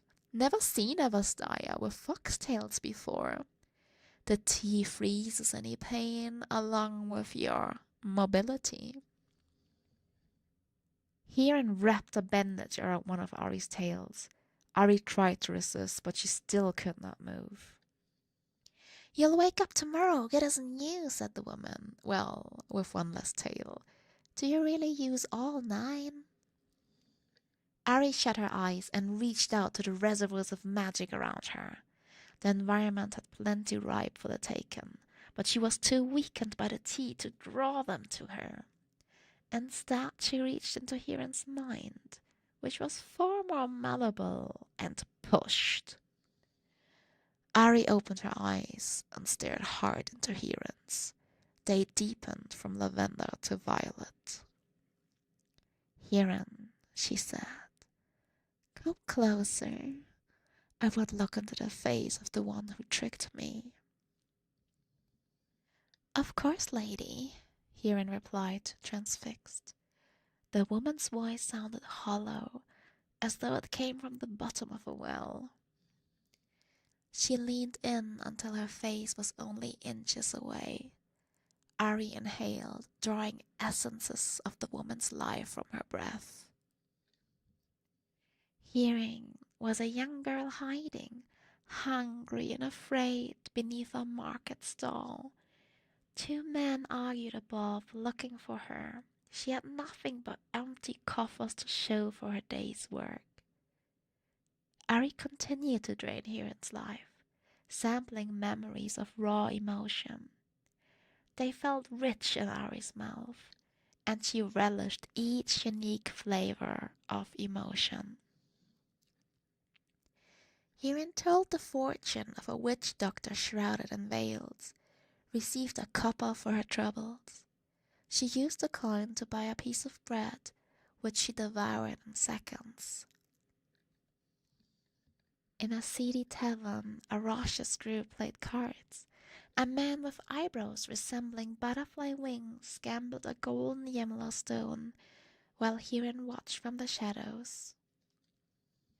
Hirin tracked Ari as she walked through the market. One of her foxtails peeked from beneath her cloak. She drew the Vastaria into her caravan. Enough. Hi, Anon. I'm doing fine, thank you. Thanks for stopping by today. Ari stopped, her head spinning with renewed vigor. With each memory she stole from Hirian, she felt energy rush back into her weakened muscles, cleansing them of the poison.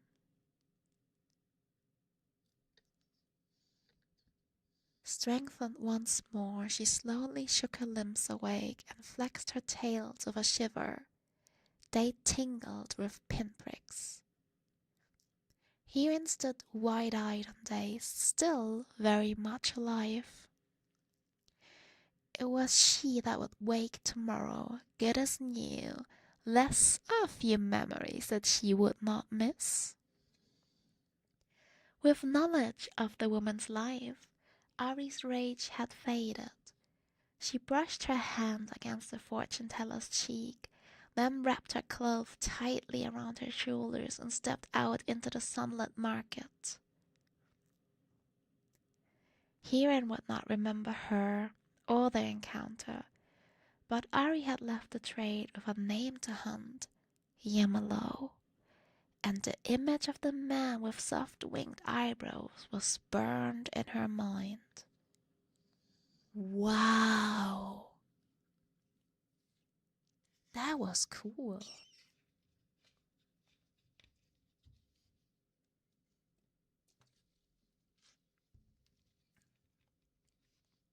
Aw, that's so sweet, and I always appreciate you guys just hopping in, even if it's just for a couple of minutes. I'm glad to be able to say hi to you.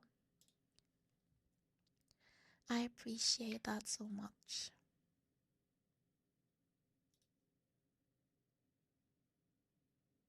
I haven't heard Ari's lore before. Me neither. Can I be honest? I thought Ari was like a K-pop idol. I didn't know that, like, I think that's what she was. Like, genuinely, I know there's the alt universe and stuff, like the skin line, but I genuinely thought that she was just a K-pop idol or something. I didn't know she had this super dark past. Yeah, was Diane big racism against them? I didn't know that. And what the fuck is wrong with League? They're racist against everyone. They're racist against Bastian. They're racist against magic users. What's wrong with League? Fucking Runeterra. What shitballs. Basically Birmingham. Runeterra is basically Birmingham's shithole.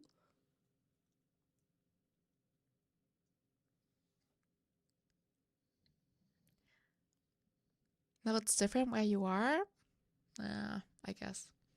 Ari's original lore is that she was a fox who just loved humans and she absorbed so many human souls on the battlegrounds. Oh, that she eventually transformed? Oh.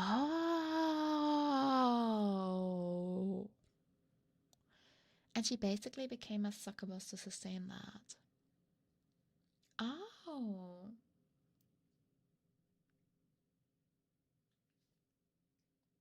I mean, that's relatively close to what they did now, right?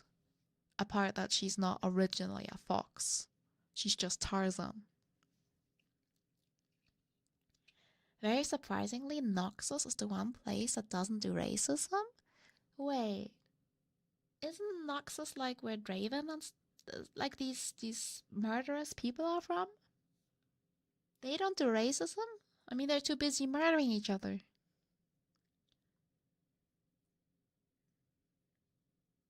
Yeah, it's all about power, right? They're too busy killing each other. They don't care whether you call someone something.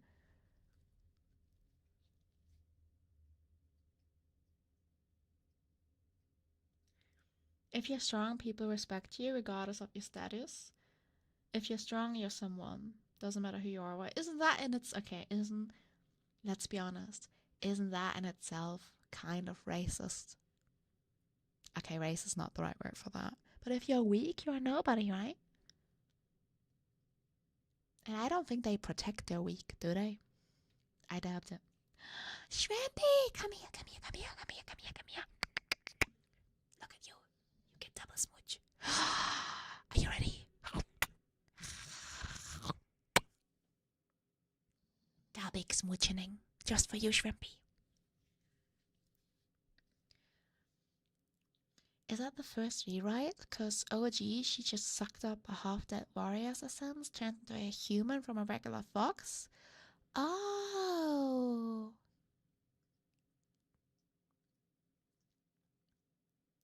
I mean, I guess whatever is on this website is like the up-to-date thing now.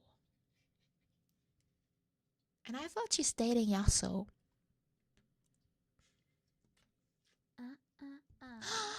You've been a naughty clan member. Oh, weep. Weep. You've been naughty, weep.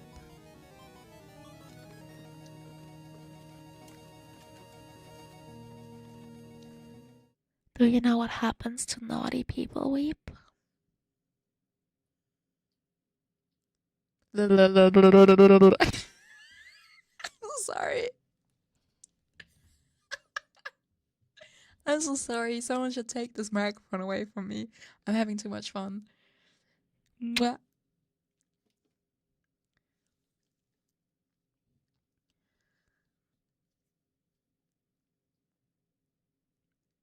Yasuo and Arya both like, oh my god, I'm so into you, but I'd only hurt you.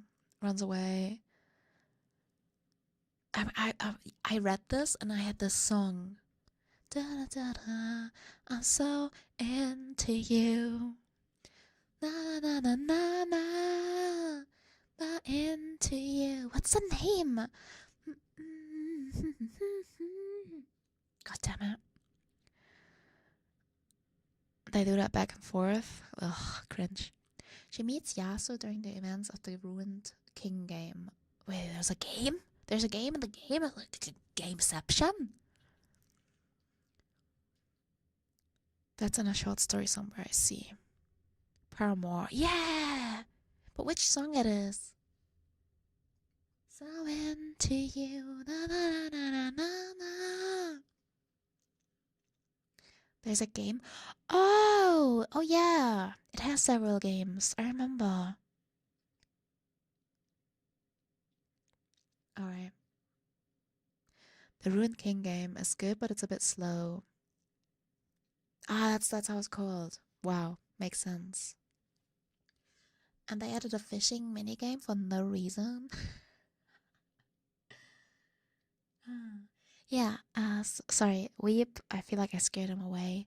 That was a big stream streak. Thank you so much. And I hope you're currently relaxed at work.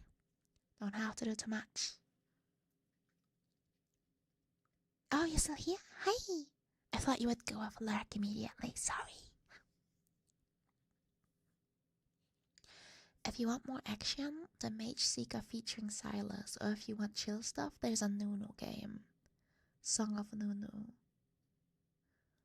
Oh, work? I don't want to talk about it. Oh no. Oh, you need a smooch. Mwah. A big one just for you. You got this. I believe in you. Song of Kesha, I agree. I literally can't. Okay, guys. Whenever I see Nunu being played or I see a clip of Nunu, I hear Kesha. It's insane. This guy is in my head. It's like I can hear him. Are you actually home? Yay! I'm happy to hear that. Can we get you kissing your babies? I can try. Haru, would you be up for a experiment? Let me try. Hi, sweetie pie. Hi. Oh, I'm sorry. Mwah, mwah, mwah. Hi.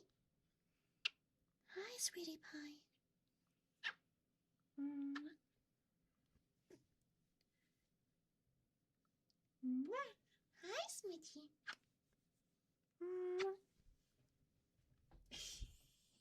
he had enough. I'm sorry.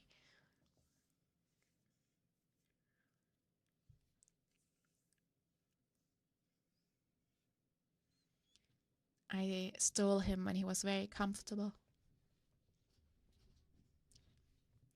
So he wasn't very cooperative. I'm sorry.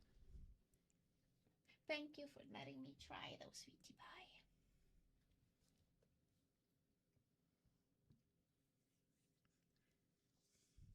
Oh no, don't worry about it, Anam. I hope everything's good for you. Mwah. So you see Nunu and just think, TikTok, oh my god, everybody got night and it's bright and we see the sunlight. No, I don't see that. But I hear Kesha screaming. It's not that Kesha. Alright. Let's go next. Who do we have next, guys?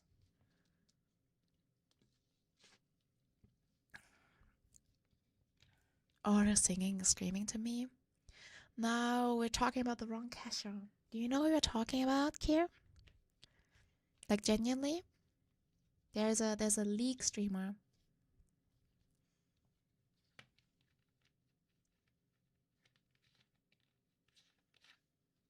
Sorry, that was my Pepsi in case you heard that. I guess not. Okay. So there is a League streamer and he only plays Nunu, basically. And he is like screaming. Like, think me, but think me in every single word and sentence I communicate. Right, I do know him, yes. He's just always screaming. And he's like, he hurts my brain. Yes, exactly. And he's like, we got this. We win those. And he's just constantly screaming. Oh, whenever I see leak clips and I see Nunu, I'm just like, my brain is not ready. And I'm not even allowed to say that because I am a loud person, yeah. Still annoying. Oh, we have a Kali next. She's from Ionia too.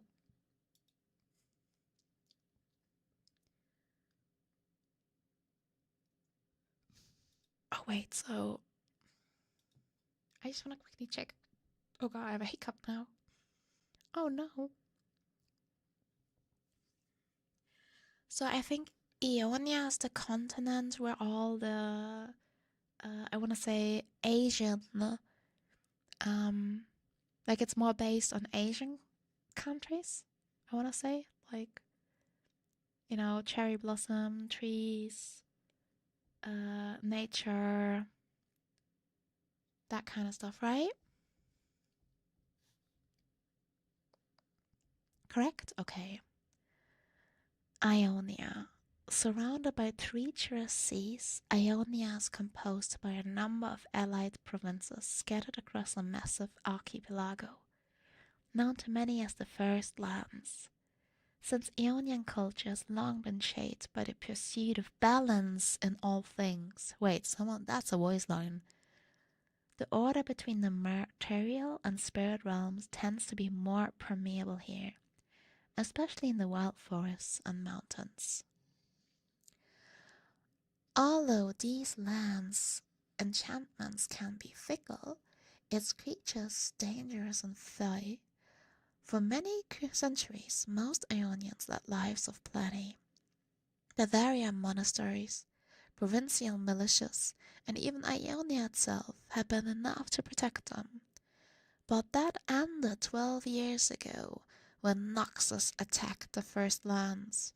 The Empire's seemingly endless war hosts savaged Ionia and were only defeated after many years and at a great cost. Now Ionia exists in an uneasy peace. Different reactions to the war have divided the region. Some groups, such as the Shojin monks or the Kinku, seek a return to isolationist pacifism and pastoral traditions. Other more radical factions, such as the Navori Brotherhood and the Order of Shadow, demand a militarization of the land's magic to create a single unified nation that can take vengeance on Naxos.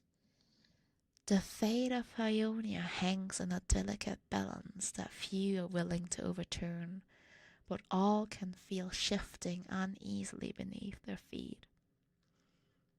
Oh, Iwan is from there too.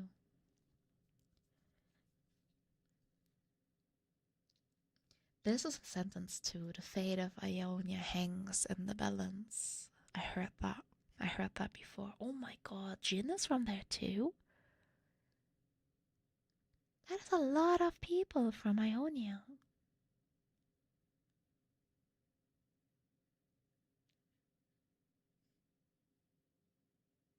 That's karma? Maybe, yeah. Alright, let's go. Akali. All of us Dials? How the fuck did Ari not know where she's from? Did they just drop her when she was a baby?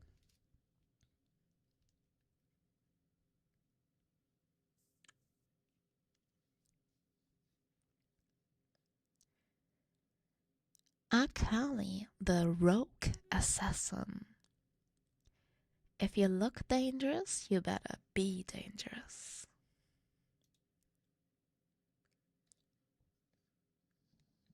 She's the last one at the moment. But I thought like Xayah and Rakan are staying.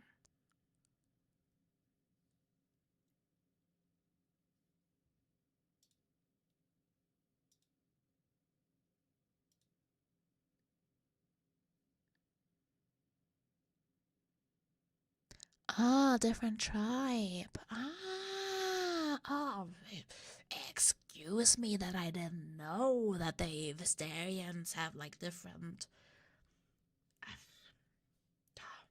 That's on me. Like how English and Scots are both British, but Scots aren't English. Ah, okay, got it. Understood. Thank you for elaborating. And burps aren't real.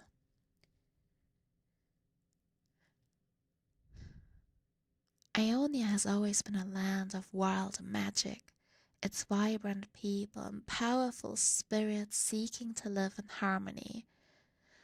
But sometimes this peaceful equilibrium does not come easily. Sometimes it needs to be kept in check. The Kinku are the self-appointed keepers of Ionia's sacred balance. The Order's loyal acolytes walk the spirit and material realms, mediating conflicts between them and, when necessary, intervening by force. Born among their ranks was Akali, daughter of Mayim Yomentethi, the renowned Fist of Shadow. Mayim and her partner Tano raised a daughter within the Kinku Order, under the watchful leadership of Great Master Kusho, the Eye of Twilight. Whenever her parents were called away, other members of the Order stepped in as Akali's surrogate family. Kanan, the Heart of the Tempest, spent many hours with the young girl, teaching her shuriken techniques and emphasizing speed and agility over strength. Akali was a what the hell is that word? Precocious child? I don't think that's how you pronounce this. I just said cock and child in the same sentence. Precocious?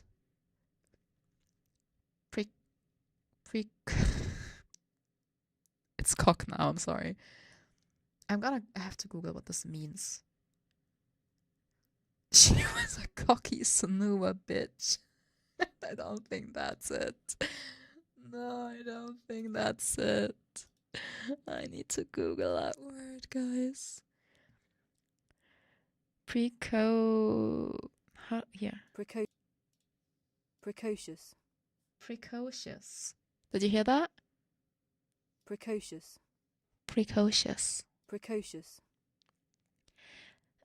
Precocious describes children who exhibit advanced mental development.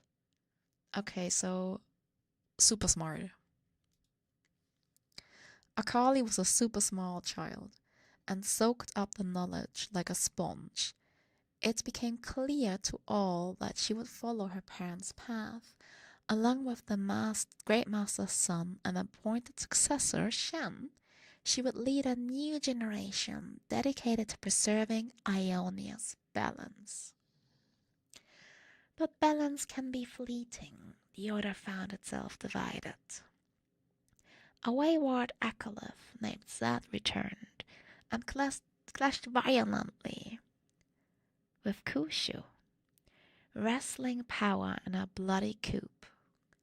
Akali fled into the eastern mountains along with Mayhem Shen Kennen and a handful of other acolytes.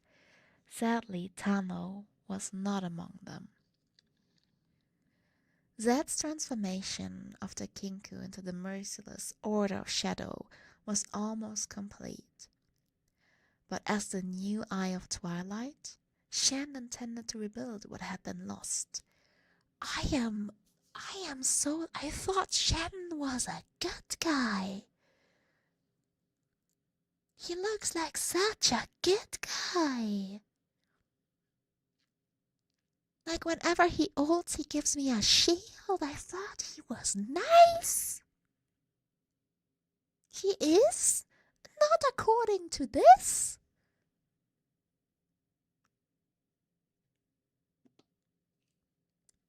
He is, but balance above all. He ruins my 1v1s.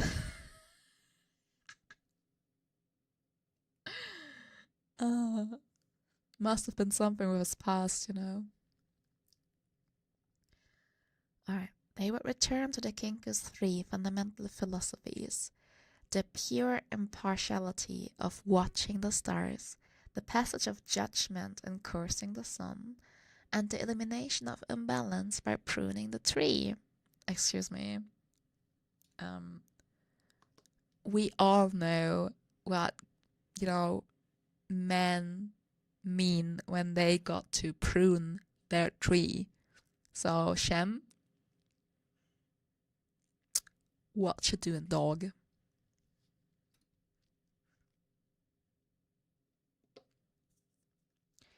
Even though there were no few, they would train Nephites to restore and grow their numbers once more. When Akali came of age at 14, she formally entered her Kinku training, determined to succeed her mother as the new Fist of Shadow. She was a prodigious fighter and mastered the Kama and Kunai, a handheld sickle and throwing dagger. Though she did not possess the magical abilities of many of her fellow acolytes, she proved to all she was worthy of the title, in time allowing her mother to step down and help mentor the younger neophytes.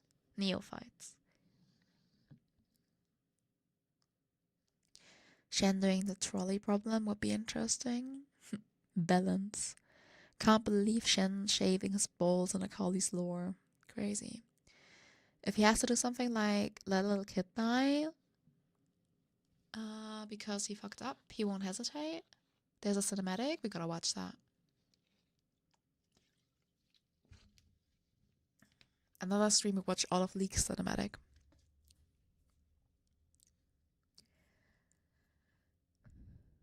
But Akali's soul was restless, and her eyes were open. Though the Kinku and the Order of Shadow had come to an uneasy accord in the wake of the Noxian invasion of Ionia, she saw that her homeland continued to suffer. She questioned whether they were truly fulfilling their purpose. Pruning the tree was meant to eliminate those who threatened the sacred balance, Shen. Yet, Shen would always urge restraint. He was holding her back. All the mantras and meditations could quiet her spirit, But such platitudes would not defeat their adversaries. Her youthful precociousness turned to outright disobedience. She argued with Shen, she defied him, and she took down Ionia's enemies her way. It's a Kali's way or the highway. In front of the whole order, she declared the impotence. Jesus Christ, they were all proning the trees too much. Now they're impotent. All that talk of spiritual balance and patience accomplishing little. Aeonias were dying in the material realm, and that was the realm Akali would defend. She was trained as an assassin. She was going to be an assassin. She did not need the order anymore. Shen let her go without a fight, knowing this was a path that Akali must walk alone. Perhaps that path would bring her back one day, but that would be for her to decide. Wait, I gotta get back. Oh, that was the fun. I mistook Zed for Shen for a second. That's why I thought he was evil. That makes some more sense.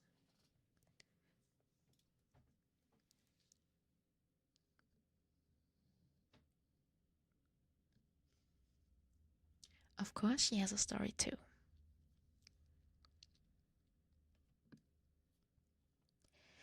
Leaving Wheelie by Michael McCarthy.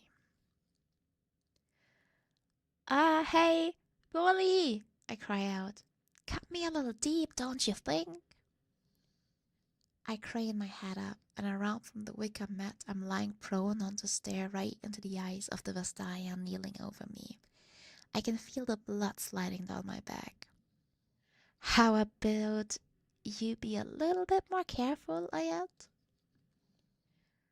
Bully pulls his Aqualo and Mule away from my shoulder, the tools of a tattoo artist, like a hammer and chisel, made from serpent bone.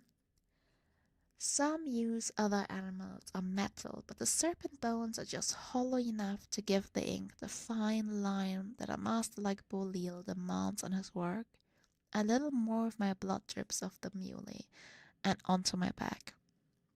He smiles, dabs it with a swatch of old linen, and shakes his head. Then he holds up his hand and shrugs as if to ask, "You want me to stop?" The words don't come. Noxian soldiers took most of his tongue long before I began coming here. But I know him well enough to know what a look can say.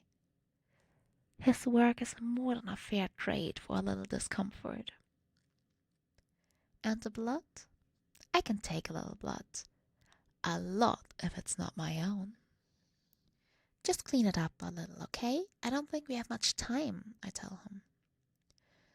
Bolil begins tapping the muley with the qualo and adding the ink. He has the best inks, rich colors made from crushed Rykon wild berries and the enchanted flower petals found only on the southern faces of the Vlanko cliffs. He is a master, and I am honored to be his canvas. I started coming to Wheelie not long after I stopped listening to Shen. All those years in the Kinku Order, treading carefully. Who's a good clan member? Yeah, you are. Hi, Magatsu. Hope you're having a good weekend. No, Shen was wrong about that. About me. Restrained. Hi, Anyan. Yeah, you are. Hi, Sizzle. Who's a good clan member? Who's a good clan Hi, member? guys. Yeah, you Welcome, are. welcome, welcome, welcome. We're having our first ASMR Ask reading stream today. We are reading the lore of League of Legends. Because I've played this game for many years without knowing anything about it. I forgot this was a collie and for some reason thought it was Alistair. I'm actually curious about Alistair.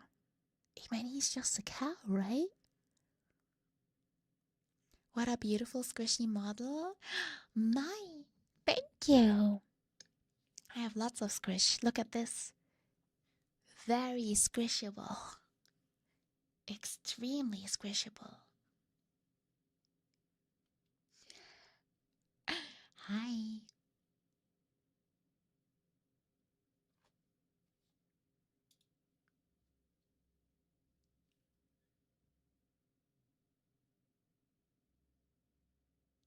I can milk those. Damn. It's like jello? Yeah, the good kind of jello.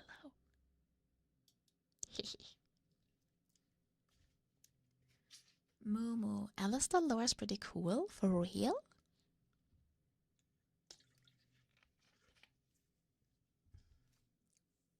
This is another Shen voice line that you say? That's funny. I wonder if they knew. Alright. Restraint has never been my thing. I turn back around on the mat and rest my chin on top of my hands, keeping my eyes trained on the door that leads into Bola's tavern. His place is clean, but the air hangs heavy with guilt. The tavern is home to a collection of thieves, rogues, and bad decisions. People come to Bolil's to arrange a way out of Wheelie, out of Ionia.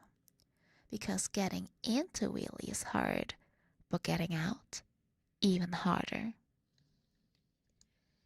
Wheelie is a phantom port. A hidden coastal village protected by the mystical properties of Ionia. Unlike Phalor, she doesn't welcome outsiders, and you won't find her on the maps. Should Wheelie appear at all, it is always on her own terms, daring people into doing very dumb things. Most approach from the sea, dreaming of riches, discovery, or maybe just a new start, only to have their hopes dashed in an instant. First, the shoreline that once called to them vanishes behind a dense wall of cobalt fog crackling with a calm power. The sea rises and falls violently before unleashing torrents of crushing waves. As the survivors cling to the splintered vessel, the fog pulls back for the briefest of moments, allowing them one look at the flickering lanterns of Wheelie, cruelly saying goodbye, just before the water pulls them down to the bottom of the breathless bay. I am breathless after that paragraph. I can't do anything about those people. Not my people. Not my problem. It's only noon and this about to make me pass out. Oh no, that's not my intention. Oh.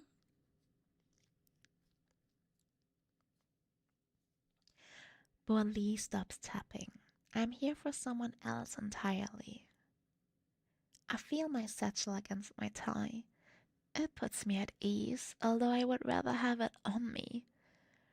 From there, I could fire 3 kunai into 3 hearts on instinct.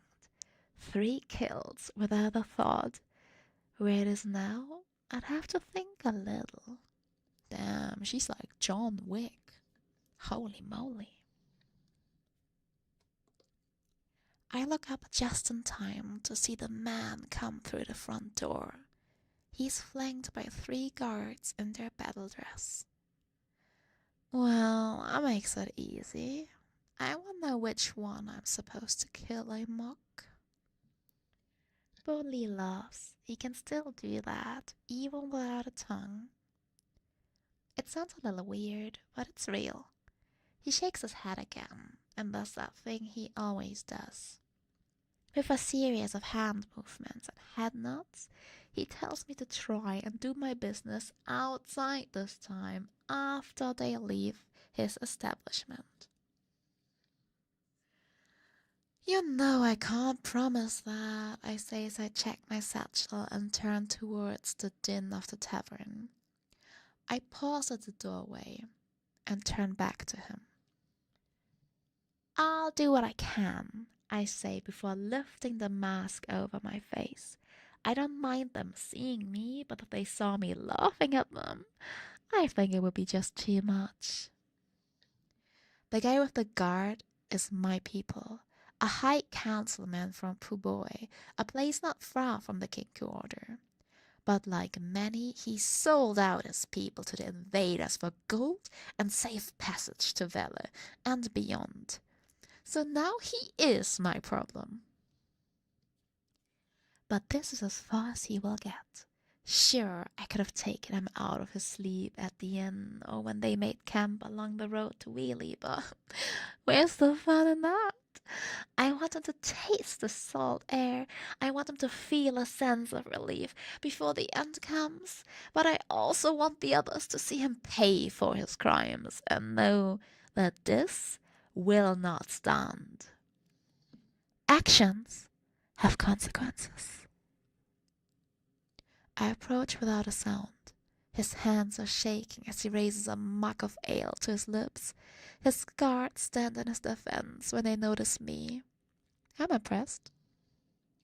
Nice to see menace around here for a change, I say with a smile that I cannot see. What's your business, girl? One of them asks through a plate of pitted and tarnished steel. Him, I say, pointing with my kama. It glistens with hues of the magic was forged in. He's my business right now. The guards draw their weapons, but even before they can step towards me, they disappear in a thick ring of blinding smoke.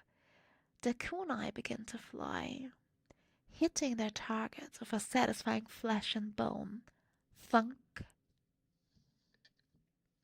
1, 2, 3.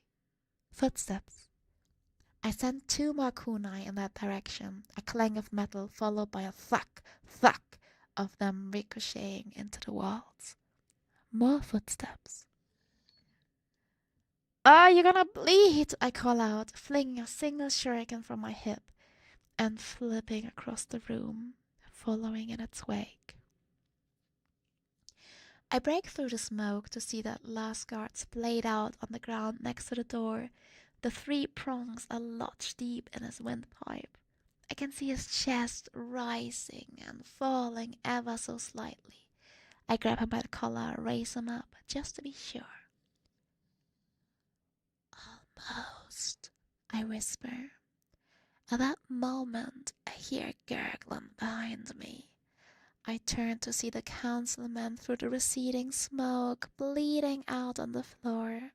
His eyes are open, darting back and forth across the tavern, wondering what just happened. He looks so peaceful now. Oh my god, Akali is freaking badass. I love her. She's kind of psycho though. I didn't know she's so psycho. Holy moly. Goro, can I join your Patreon? Yes, of course, Wolf. For the Patreon, we have different levels. So if you want to support and pay, there's different tiers, but you can join for free too. Obviously, you can't see everything then, but that's how it works. But we have some free content on there too. Always worth getting a look.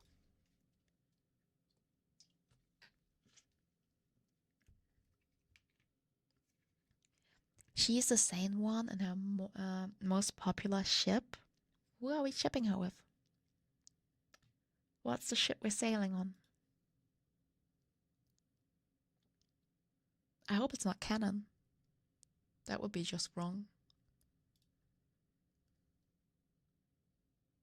Kane? Oh. I can't believe people ship her with Timo. Yeah, I don't believe that either.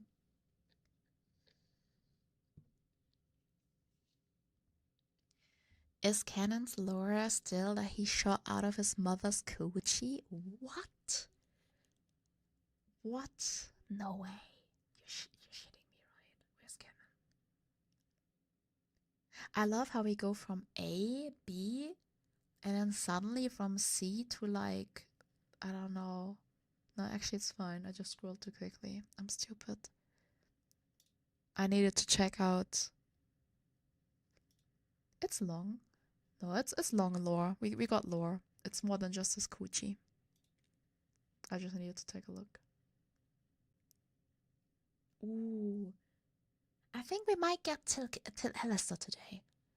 And then we all have... Yeah, no. That's fine.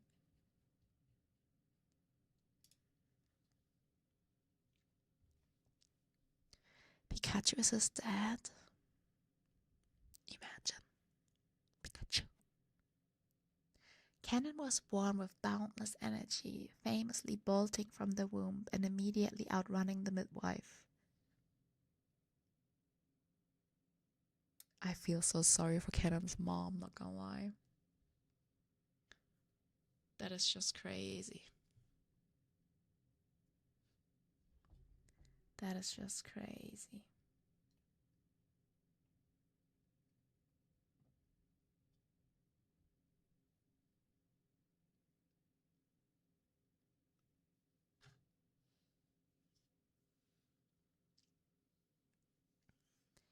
Shout out to my cousin when she gave birth to a 15 it's pound, right, baby? The local news asked permission to report on the elephant baby. That was what?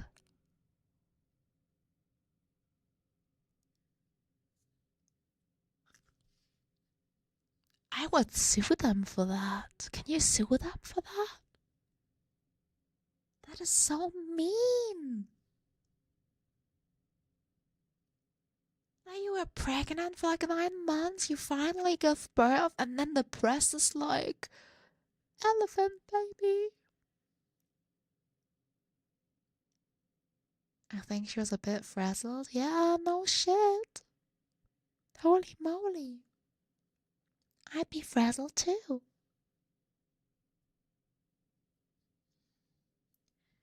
It's giving me, if I say what I want to say, I will be in big trouble. True. That is nuts. Very nuts.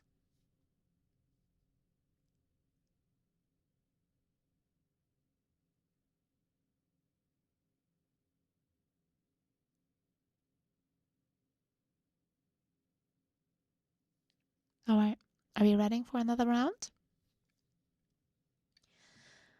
This time, I actually know nothing about this guy because he came.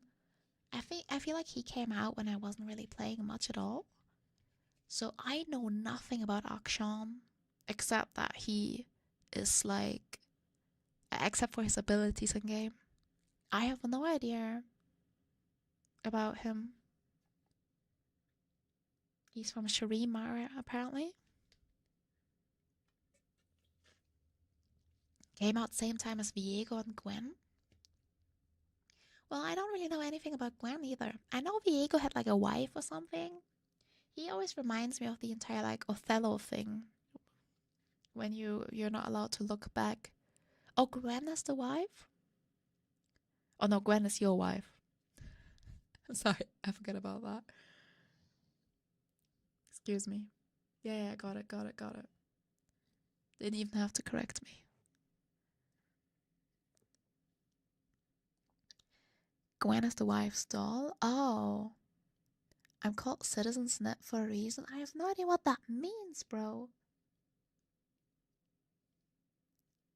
What does Citizen Snip mean? Oh, snip for scissors? I... Really?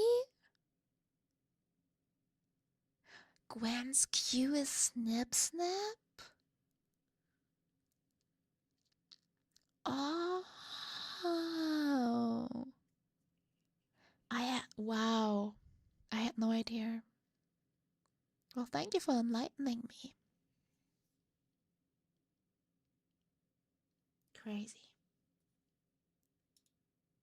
Crazy. Alright, let's go. Action. The Rogue Sentinel. Not everything happens for a reason. Some things need to be sorted out. Oh, I like him. I like him. I like him. I think he and me are gonna get along just fine. Dashing through the snow. Oh no, wait.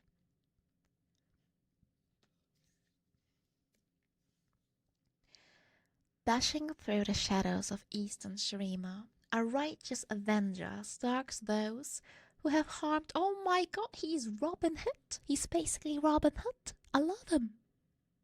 Can I be his Marianne?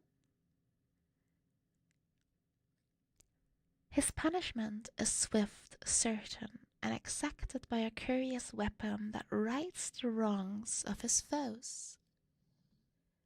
Raised on the streets of the city of Marwi, Akshan was introduced to injustice at birth.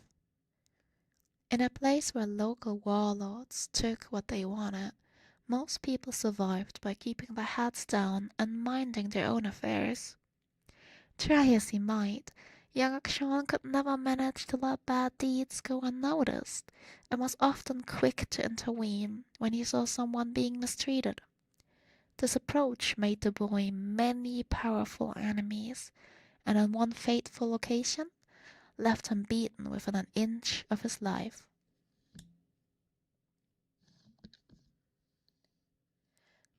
But luck was on his side.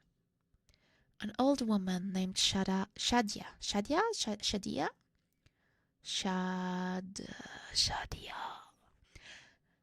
An old woman named Shadia found the boy unconscious in the streets outside her dwelling. Though Marvian custom said she should not get involved, she took young Akshan inside, and against all odds, he pulled through.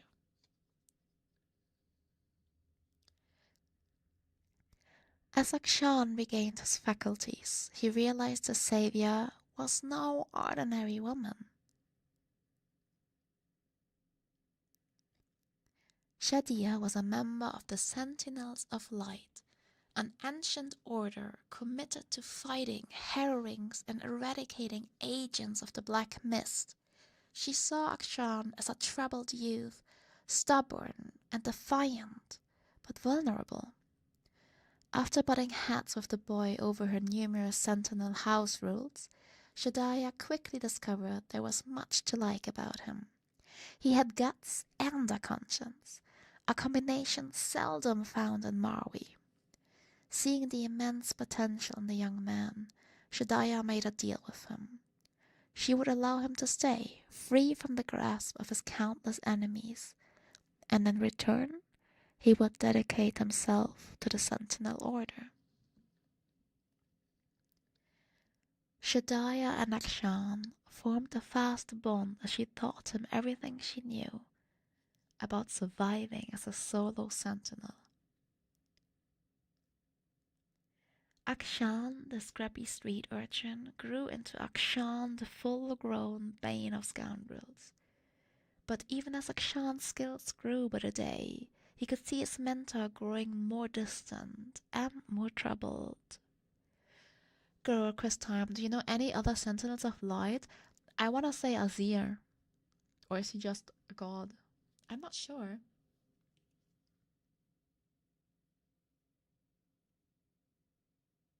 Am I wrong? Who could be in Sentinels of Light? Homelander.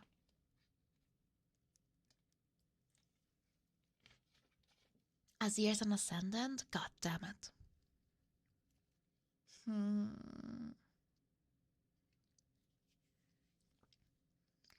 Sentinel of Light.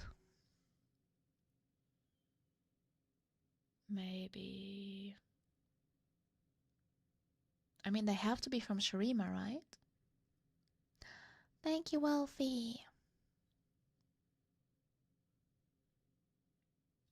Lucian, Senna, and Wayne are all Sentinels. Show me the sentinel of light. I'll show you the herald of darkness. Show me the sentinel of light. I'll show you the herald of darkness. There we go. Ellen fucking Wake, everyone.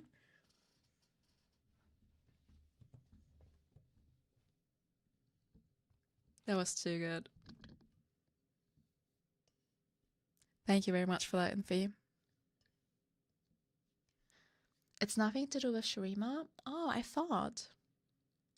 Because it sounded like it's something from here.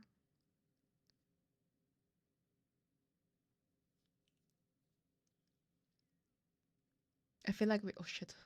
I shouldn't have done that. We should have clipped that for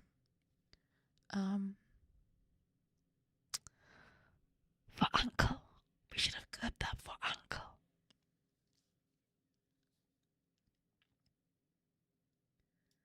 Where was I? Ah, here. Think of them like harpers from Baldur's Gate, all over Runeterra fighting evil. Ah, okay. Well, I did think they started here or something, but okay, got it. The Sentinels. Show me the Sentinel of Light. I'll show you the Herald of Darkness. Thank you, Infinity, for that. Now it's in my brain. I'll have to listen to that later. I still don't know how they recruited Rengar. I know. Catnip. They went.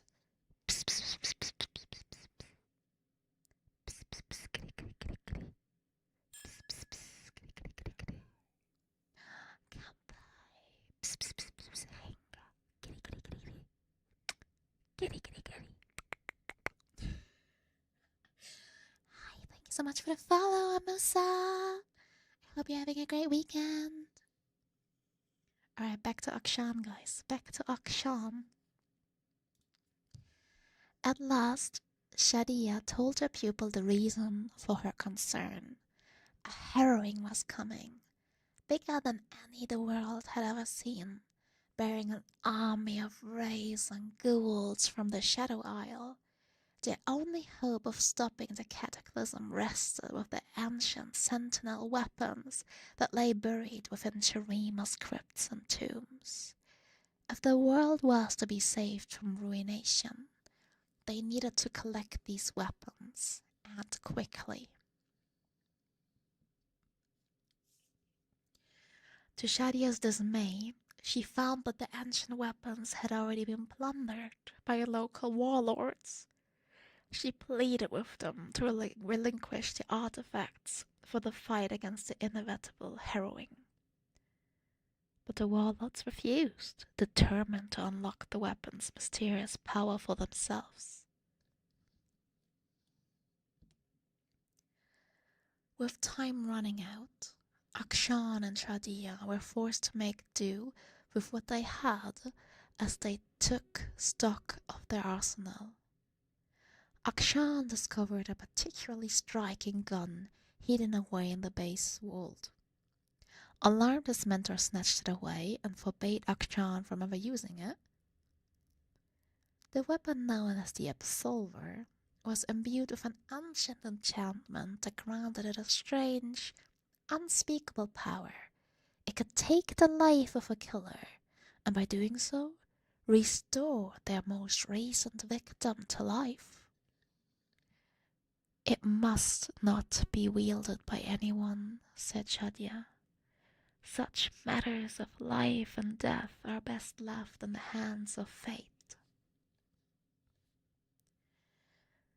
But Akshan still bristled at sentinel rules, and he had even stronger opinions on fate. He had spent his whole life seeing good people horribly mistreated, while bad people did as they pleased without consequence. If fate was real, it definitely needed help. Help that the Absolver could provide. As his interest in the weapon deepened, Akshan continued to pry its history from Shadia and came back to a shocking discovery. She had used the gun to save Akshan. When she found him unconscious in the street all those years ago. With it, she'd slain the criminal who had nearly killed him, and in doing so, restored young Akshan to life. He wondered, why did he alone deserve to be revived by the gun? Surely there were others who were more worthy. Hypocrite, hypocrite. While Akshan questioned the antiquated rules of his order, his mentor continued to press the warlords to turn over their stolen weapons. Tension between the two parties built until one tragic day, Akshan returned home to find Shadia murdered in the streets, almost exactly where he had fallen after all those years. Akshan knew what he had to do. He made some key alterations to the Absolver and set out into the scorching desert with the forbidden weapon, hungry for vengeance. Though he could not determine which of the warlords had killed his mentor, he knew one way to be certain. He would pick them off, one by one, until Shadia was returned to Runeterra. Okay, that was cool. I like him. I like Akshan. He's basically Robin Hood and John Wick. Shadia is the dog.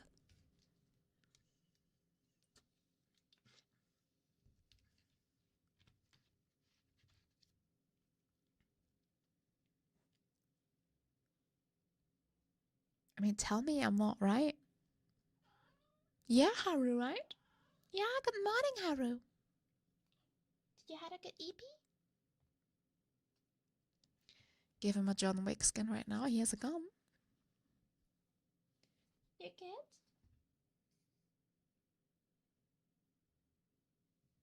Sorry, my cat just woke up and he wanted a couple of pets. He was announcing his presence. Yeah, I'm talking about you.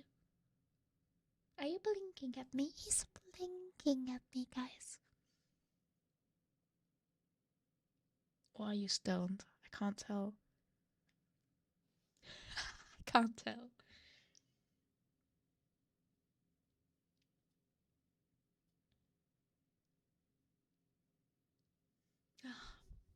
I love this little baby. He's a sleepy boy. He is. But he's my sleepy boy. EP stoned.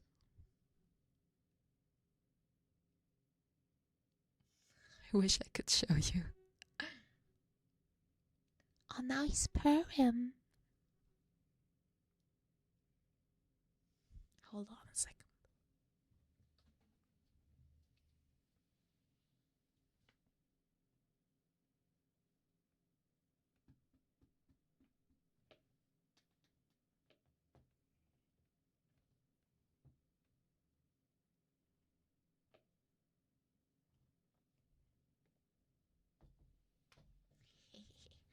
I made a move.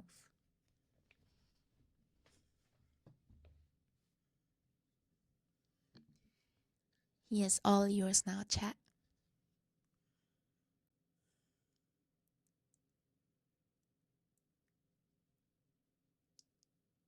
Just look at him. Kitty time. He's standing so tall. He just sighed at me. I love when he does that. It's like this big mama.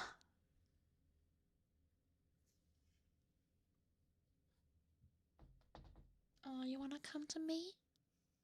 You wanna come to me? Come here.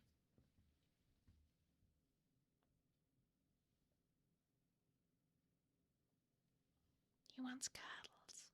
Sorry.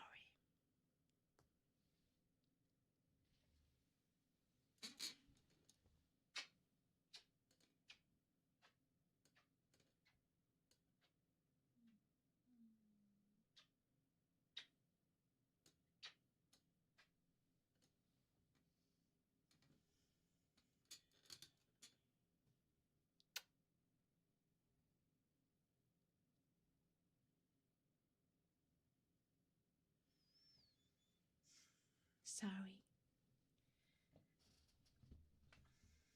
Yeah. I'm still streaming, Haru. We're still live.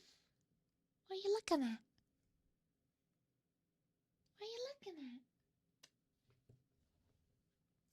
at? Alright, I'm very sorry. He has a story too. So let's get into that.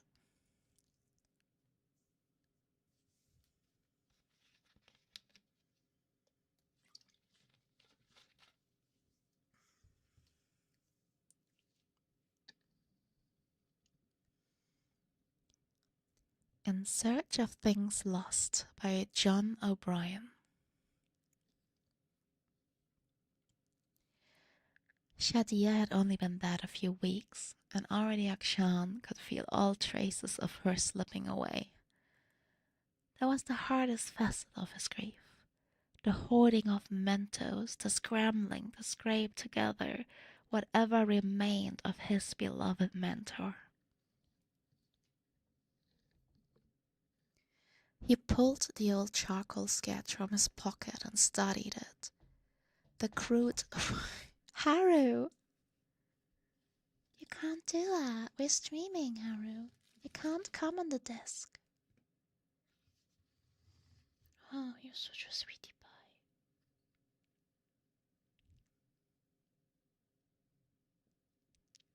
You can't do that, baby. I love you so much. Yeah. I do love you.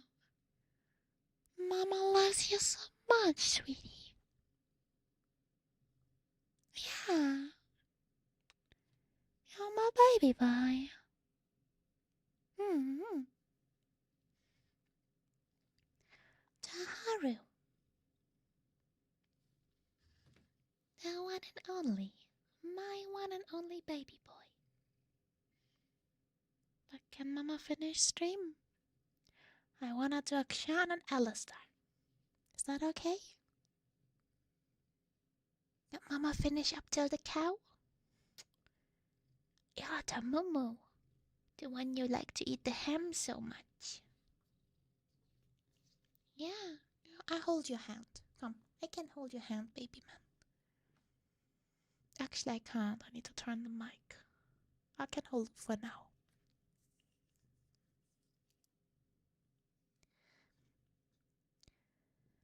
He pulled the old charcoal sketch from his pocket and studied it. The crude drawing was a poor likeness of her face, lacking in all fine detail. Still, he found that if he closed his eyes and tried to remember, he could usually fill in the blanks. But more and more his memory was failing him. Shadia, why did you leave me? He wondered. Was it his own doing? Something deep inside trying to protect him by eroding all traces of a standard he was failing to meet? Or perhaps he just needed something to jar his memory. He stuffed the drawing back into his pocket as he walked into the open-air markets of central Mavi, searching for anything to remind him of his mentor. After a few blocks, he stumbled upon a jarring sight. In an alley between two stucco buildings, a young wife was fastening a familiar mother-of-pearl bracelet to her grime-smeared arm. Quick as the wind, Akshan dashed right up to the urchin's face, cape snapping in his wake. "Where did you get that?" he barked, his tone uncharacteristically brusque. "I found it," said the wife, smothering the bracelet with her arms. "What's your problem?" "My problem is this. That piece of jewelry belonged to someone I cared for very much," said Akshan. "It was her favorite." The girl stared up at him, eyes wide with fear. Akshan realized his fist had tightened around her collar. He released his grip and attempted a wry smile. So, he said, "why don't you tell me how you've come to possess it?" I took it from someone who won't miss it. The urchin's face swelled with spite from years of hardship. Akshan knew it well. He also knew an infamous black market jeweler in the next block, uh, and what the man might pay the girl for the bracelet if she hadn't crossed paths with Akshan. Then you'd better tell me the name of this person. I can't. You don't know what he'd do. Akshan gently coaxed the bracelet from the wife's grip and felt his heart skip as he pulled something from his clasp, a single strand of long silver hair. Shadia's hair. It was silver, right? Akshan's mind flashed with a particular picture of her, now even less complete than before. Young friend, said Akshan to the girl, my Shadia's gone. This bracelet is one of the few remaining pieces of her. It was part of a set with 4 others. The wife averted her eyes as if her interrogator might glean some forbidden information from them. Akshan exhaled, his voice softening. Whoever you took this from is sure to have the others. You must tell me who this scoundrel is. The girl stammered, her eyes shifting until she relented. They call him the Devil of the Dunes, sir. He lives in a large palace in the foothills north of here. Akshan's brow furrowed. You stole this from a warlord? I cleaned his stables, said the girl. He owed me. I cannot begrudge you that, said Akshan, but this bracelet was not his for you to steal. It seems I must pay the Dune Devil a visit. Don't, said the girl. He is a killer, sir. This I already know. With that, he fired his grappling hook into the eaves of buildings above and launched himself out of sight.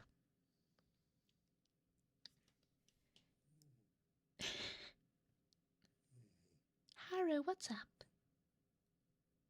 How can I help you, sweetie pie? Hi, how can I help you? What's going on today? What's going on today, sweetie? Yeah? I'm not allowed to finish stream today? I'm not allowed to finish stream today. Oh. But Chat's gonna be sad if I just leave. Huh?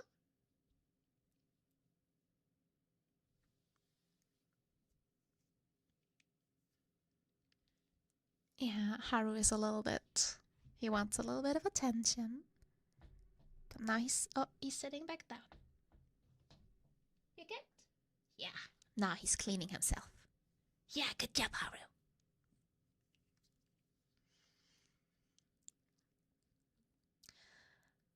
In the darkest hour of night, a host of heavily armed guards kept watch over the warlord's place.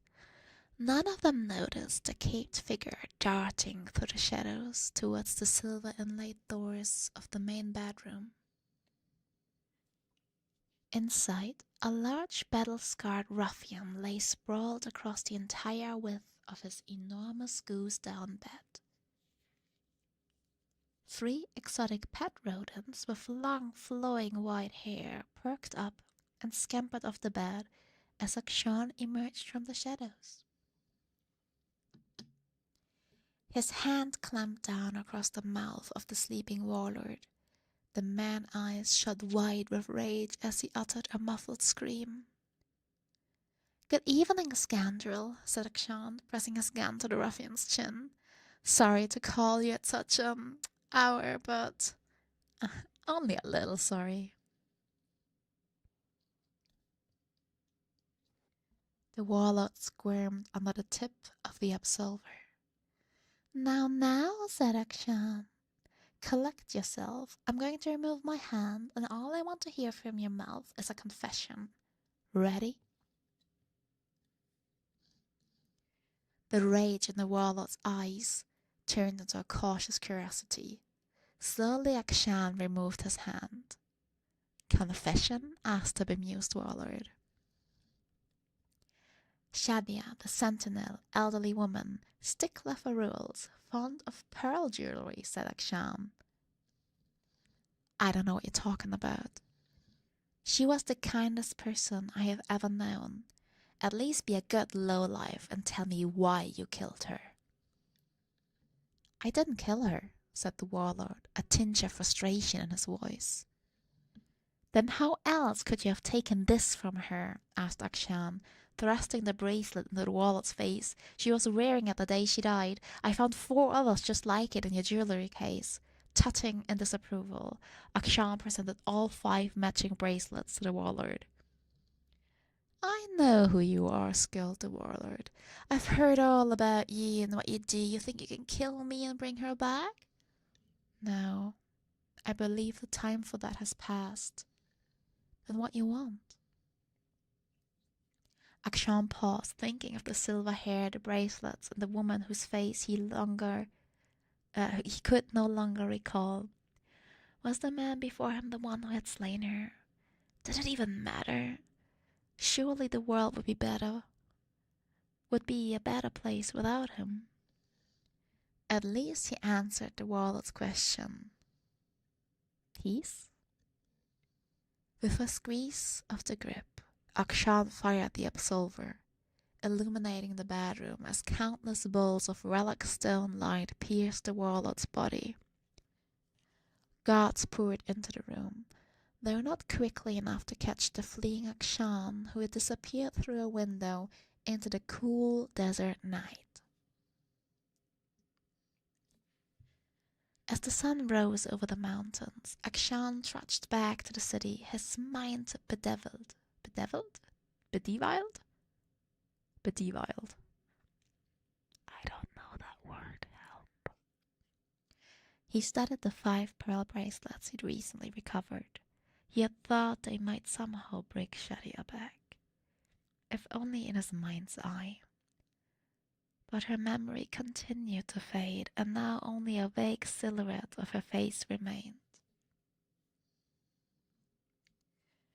Akshan knew one thing for certain. She would not have approved for him killing the devil of the dunes. Not out of pure vengeance. But deep down he knew he hadn't done it for her. He'd done it for himself, and it had not brought him peace. He turned one of the bracelets in his fingers, searching for solace and noticing a tiny inscription etched inside the band. An old sentinel mantra that he heard often, but never really understood. Give all, and all may live. The words rang in Akshan's head like a war trumpet as a revelation shook him. He fired his grappling hook into the eaves above and launched himself from building to building until he arrived at the place where he'd met the wife the day before. There she lay, sleeping in the same alley. He knelt over the girl, bracelets in hand. You should have these. It is what she would have wanted. Confused and half asleep, the wife's eyes blinked as Akshan placed the bracelets in her meager pile of belongings. But sell them to Julia in the spice district, he said. He will give you a better price.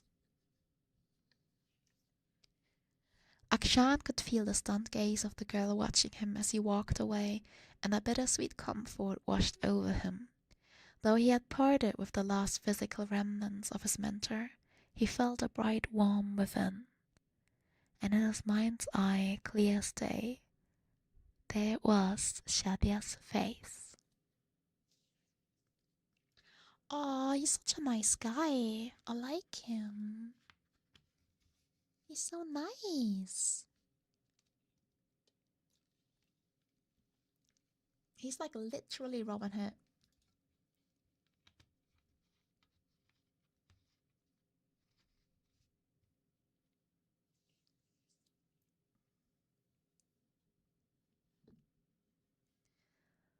Alright, I'm gonna go right into Alistar, the Minotaur, aka Moo Moo. Shamomo. Nothing can hold me back. Wait, where's he from? Oh, look, he's from Runeterra again. Momo. Momo all over the place.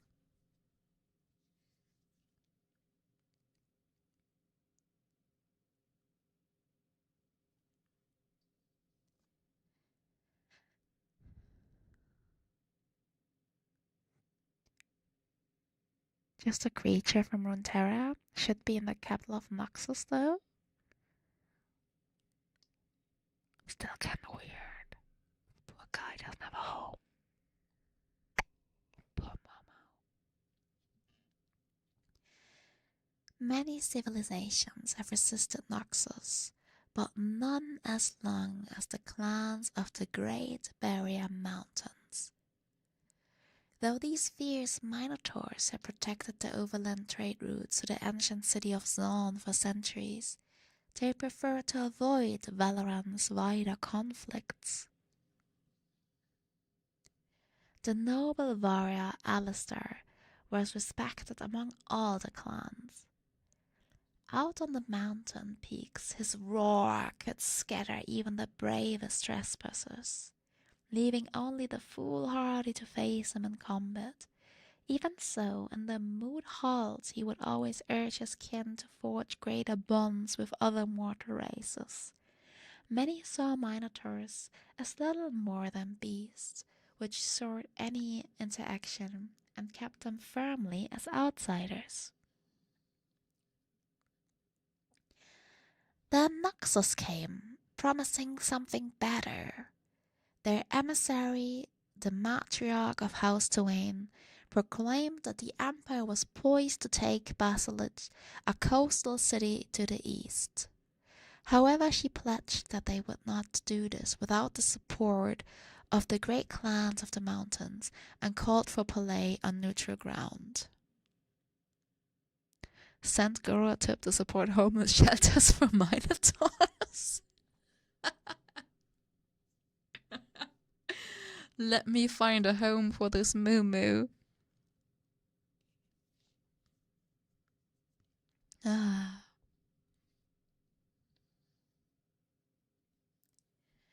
Many of the Minotaurs were eager to accept her offer.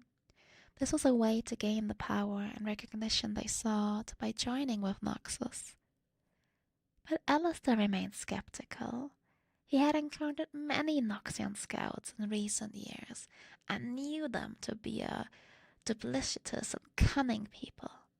For this reason, his clan sent him to meet Twain, along with 50 of their mightiest warriors, to reject any alliance. The other clans could do as they wished, but Alistair would not accept the rule of some distant grand general. Under the banners of truce, he and his kin were betrayed. Lulu? I have a Lulu in my face. Hello, Lulu. Yeah, I know, it is stream time. You wanna say hi to chat? You wanna say meow? Do you guys hear that? Thank you, Lulu.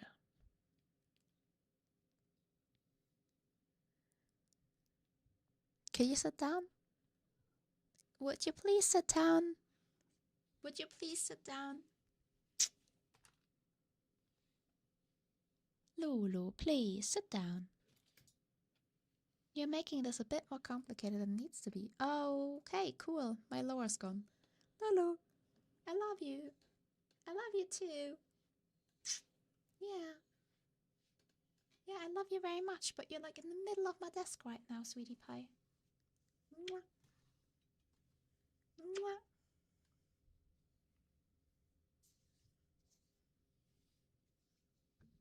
This is a microphone. You're petting yourself against the microphone, Lulu. She's rubbing herself against you guys. Sweetie pie, come on, sit down. She has to be up to speed for her role-playing sessions. Oh my god, Lulu, all your hair is on the microphone. How am I supposed to give lickies? I can't give smoochies now. I'm sorry, guys. Lulu, sit down. Sit down, sweetie pie. Okay, where the hell were we? Lulu. Big smooch. Big smooch. Usually when I smooch her, she leaves. Come on, big smooch. Yeah.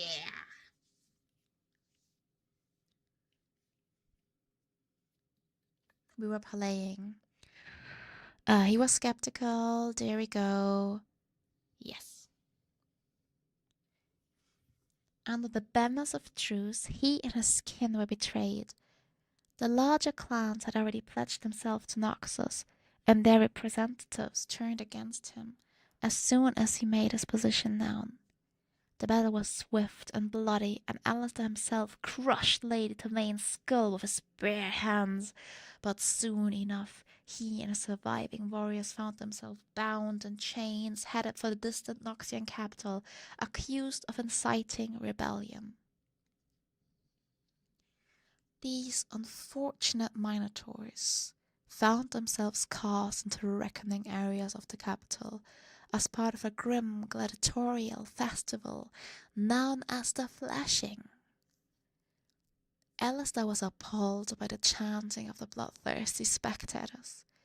He implored his clanfolk not to fight back, not to give these Noxians the monstrous display they so craved.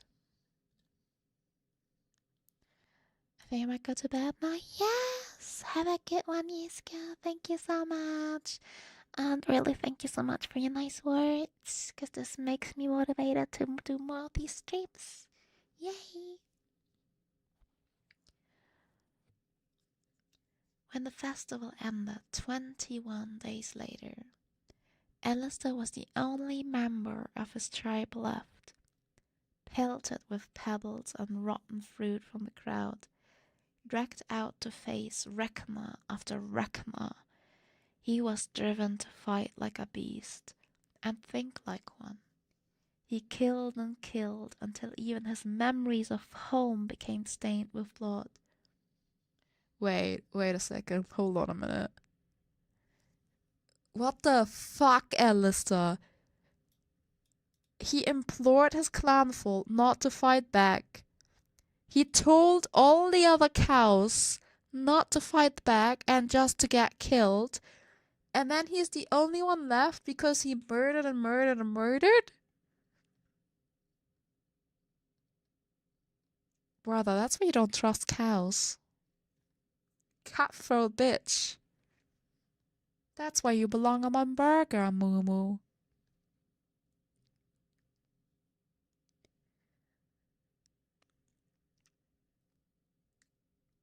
Alistair thirsted for the pentakill. Alistair had fallen far by the time he met Aelia, a servant girl in the arenas. At first he bellowed and charged the bars of his cage, expecting her to fear or goad him like the others, but Aelia did neither.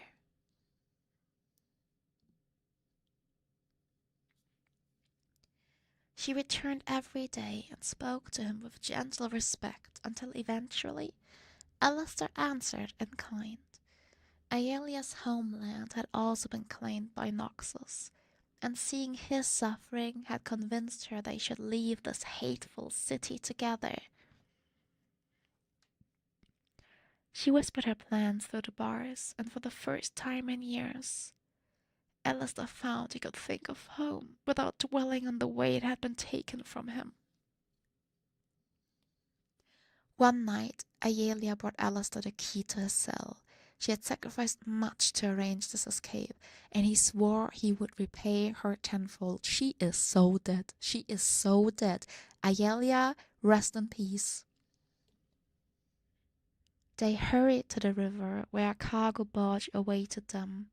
However, as they boarded, Noxian agents burst from the shadows. Rest in peace, Aelia.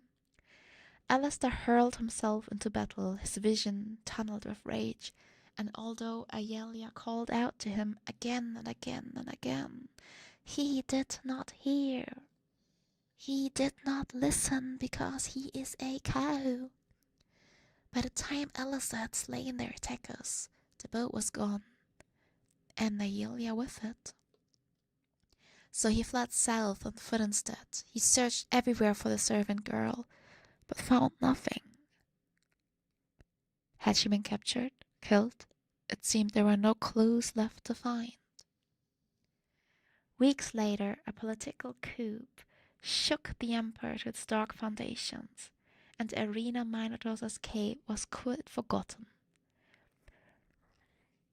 Alistair now travels alone, as quietly and anomalously as he can. Mother, you are a gigantic purple cow. What do you mean, quietly and anomalously? Encouraging resistance in Noxian-held territories and fighting on behalf of the downtrodden and the abused.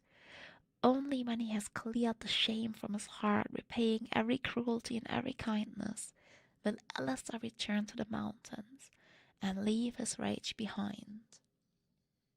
And in every city he passes through, he asks after Aelia. She got ganked? Yeah, she's gone. Aelia gone.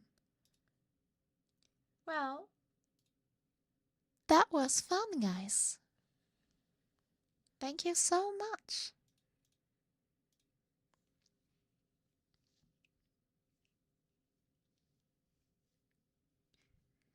Thank you so much for spending those few hours with me, learning a little bit of the League lore. I think we all agree this lore was a load of bullshit for the cow. Yeah, I had no idea that he... I'm gonna start. I didn't know he was a Minotaur. I genuinely thought he was he was a cow. He was a moo. I had no idea that he was from the mountains and that he was like fighting like that. All news to me. But it was cool. Very cool.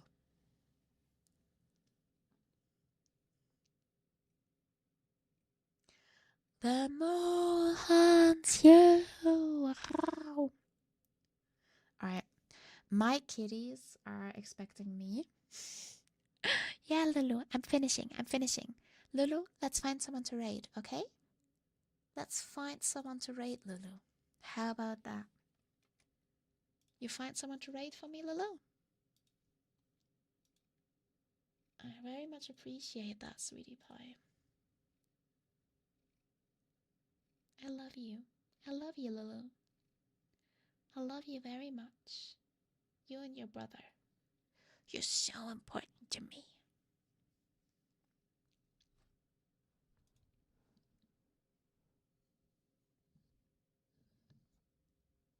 Alrighty.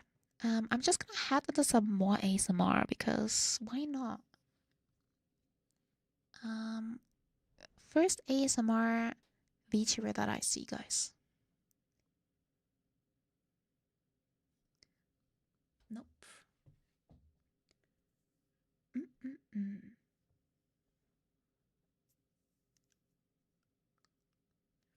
Good night, Flana. Oh my god, Lulu put all her cat hairs on this microphone. I need to clean this. Oh, sweetie pie, what did you do? Maybe it should be English speaking too.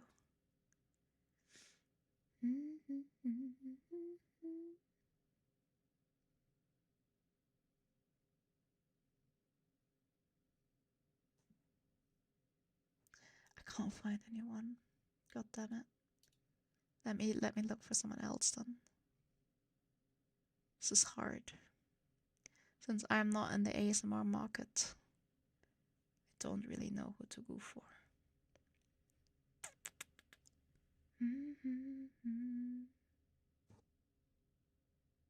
Ba-ba.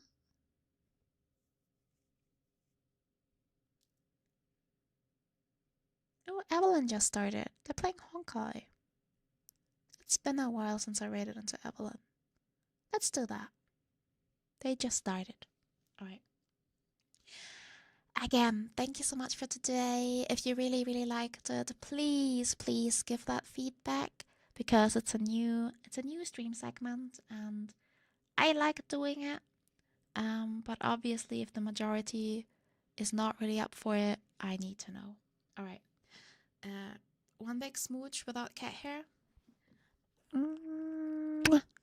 Thank you so much. Have a good night. See you guys tomorrow for some more Fatal Frame. Yeah. That's right. Bye bye.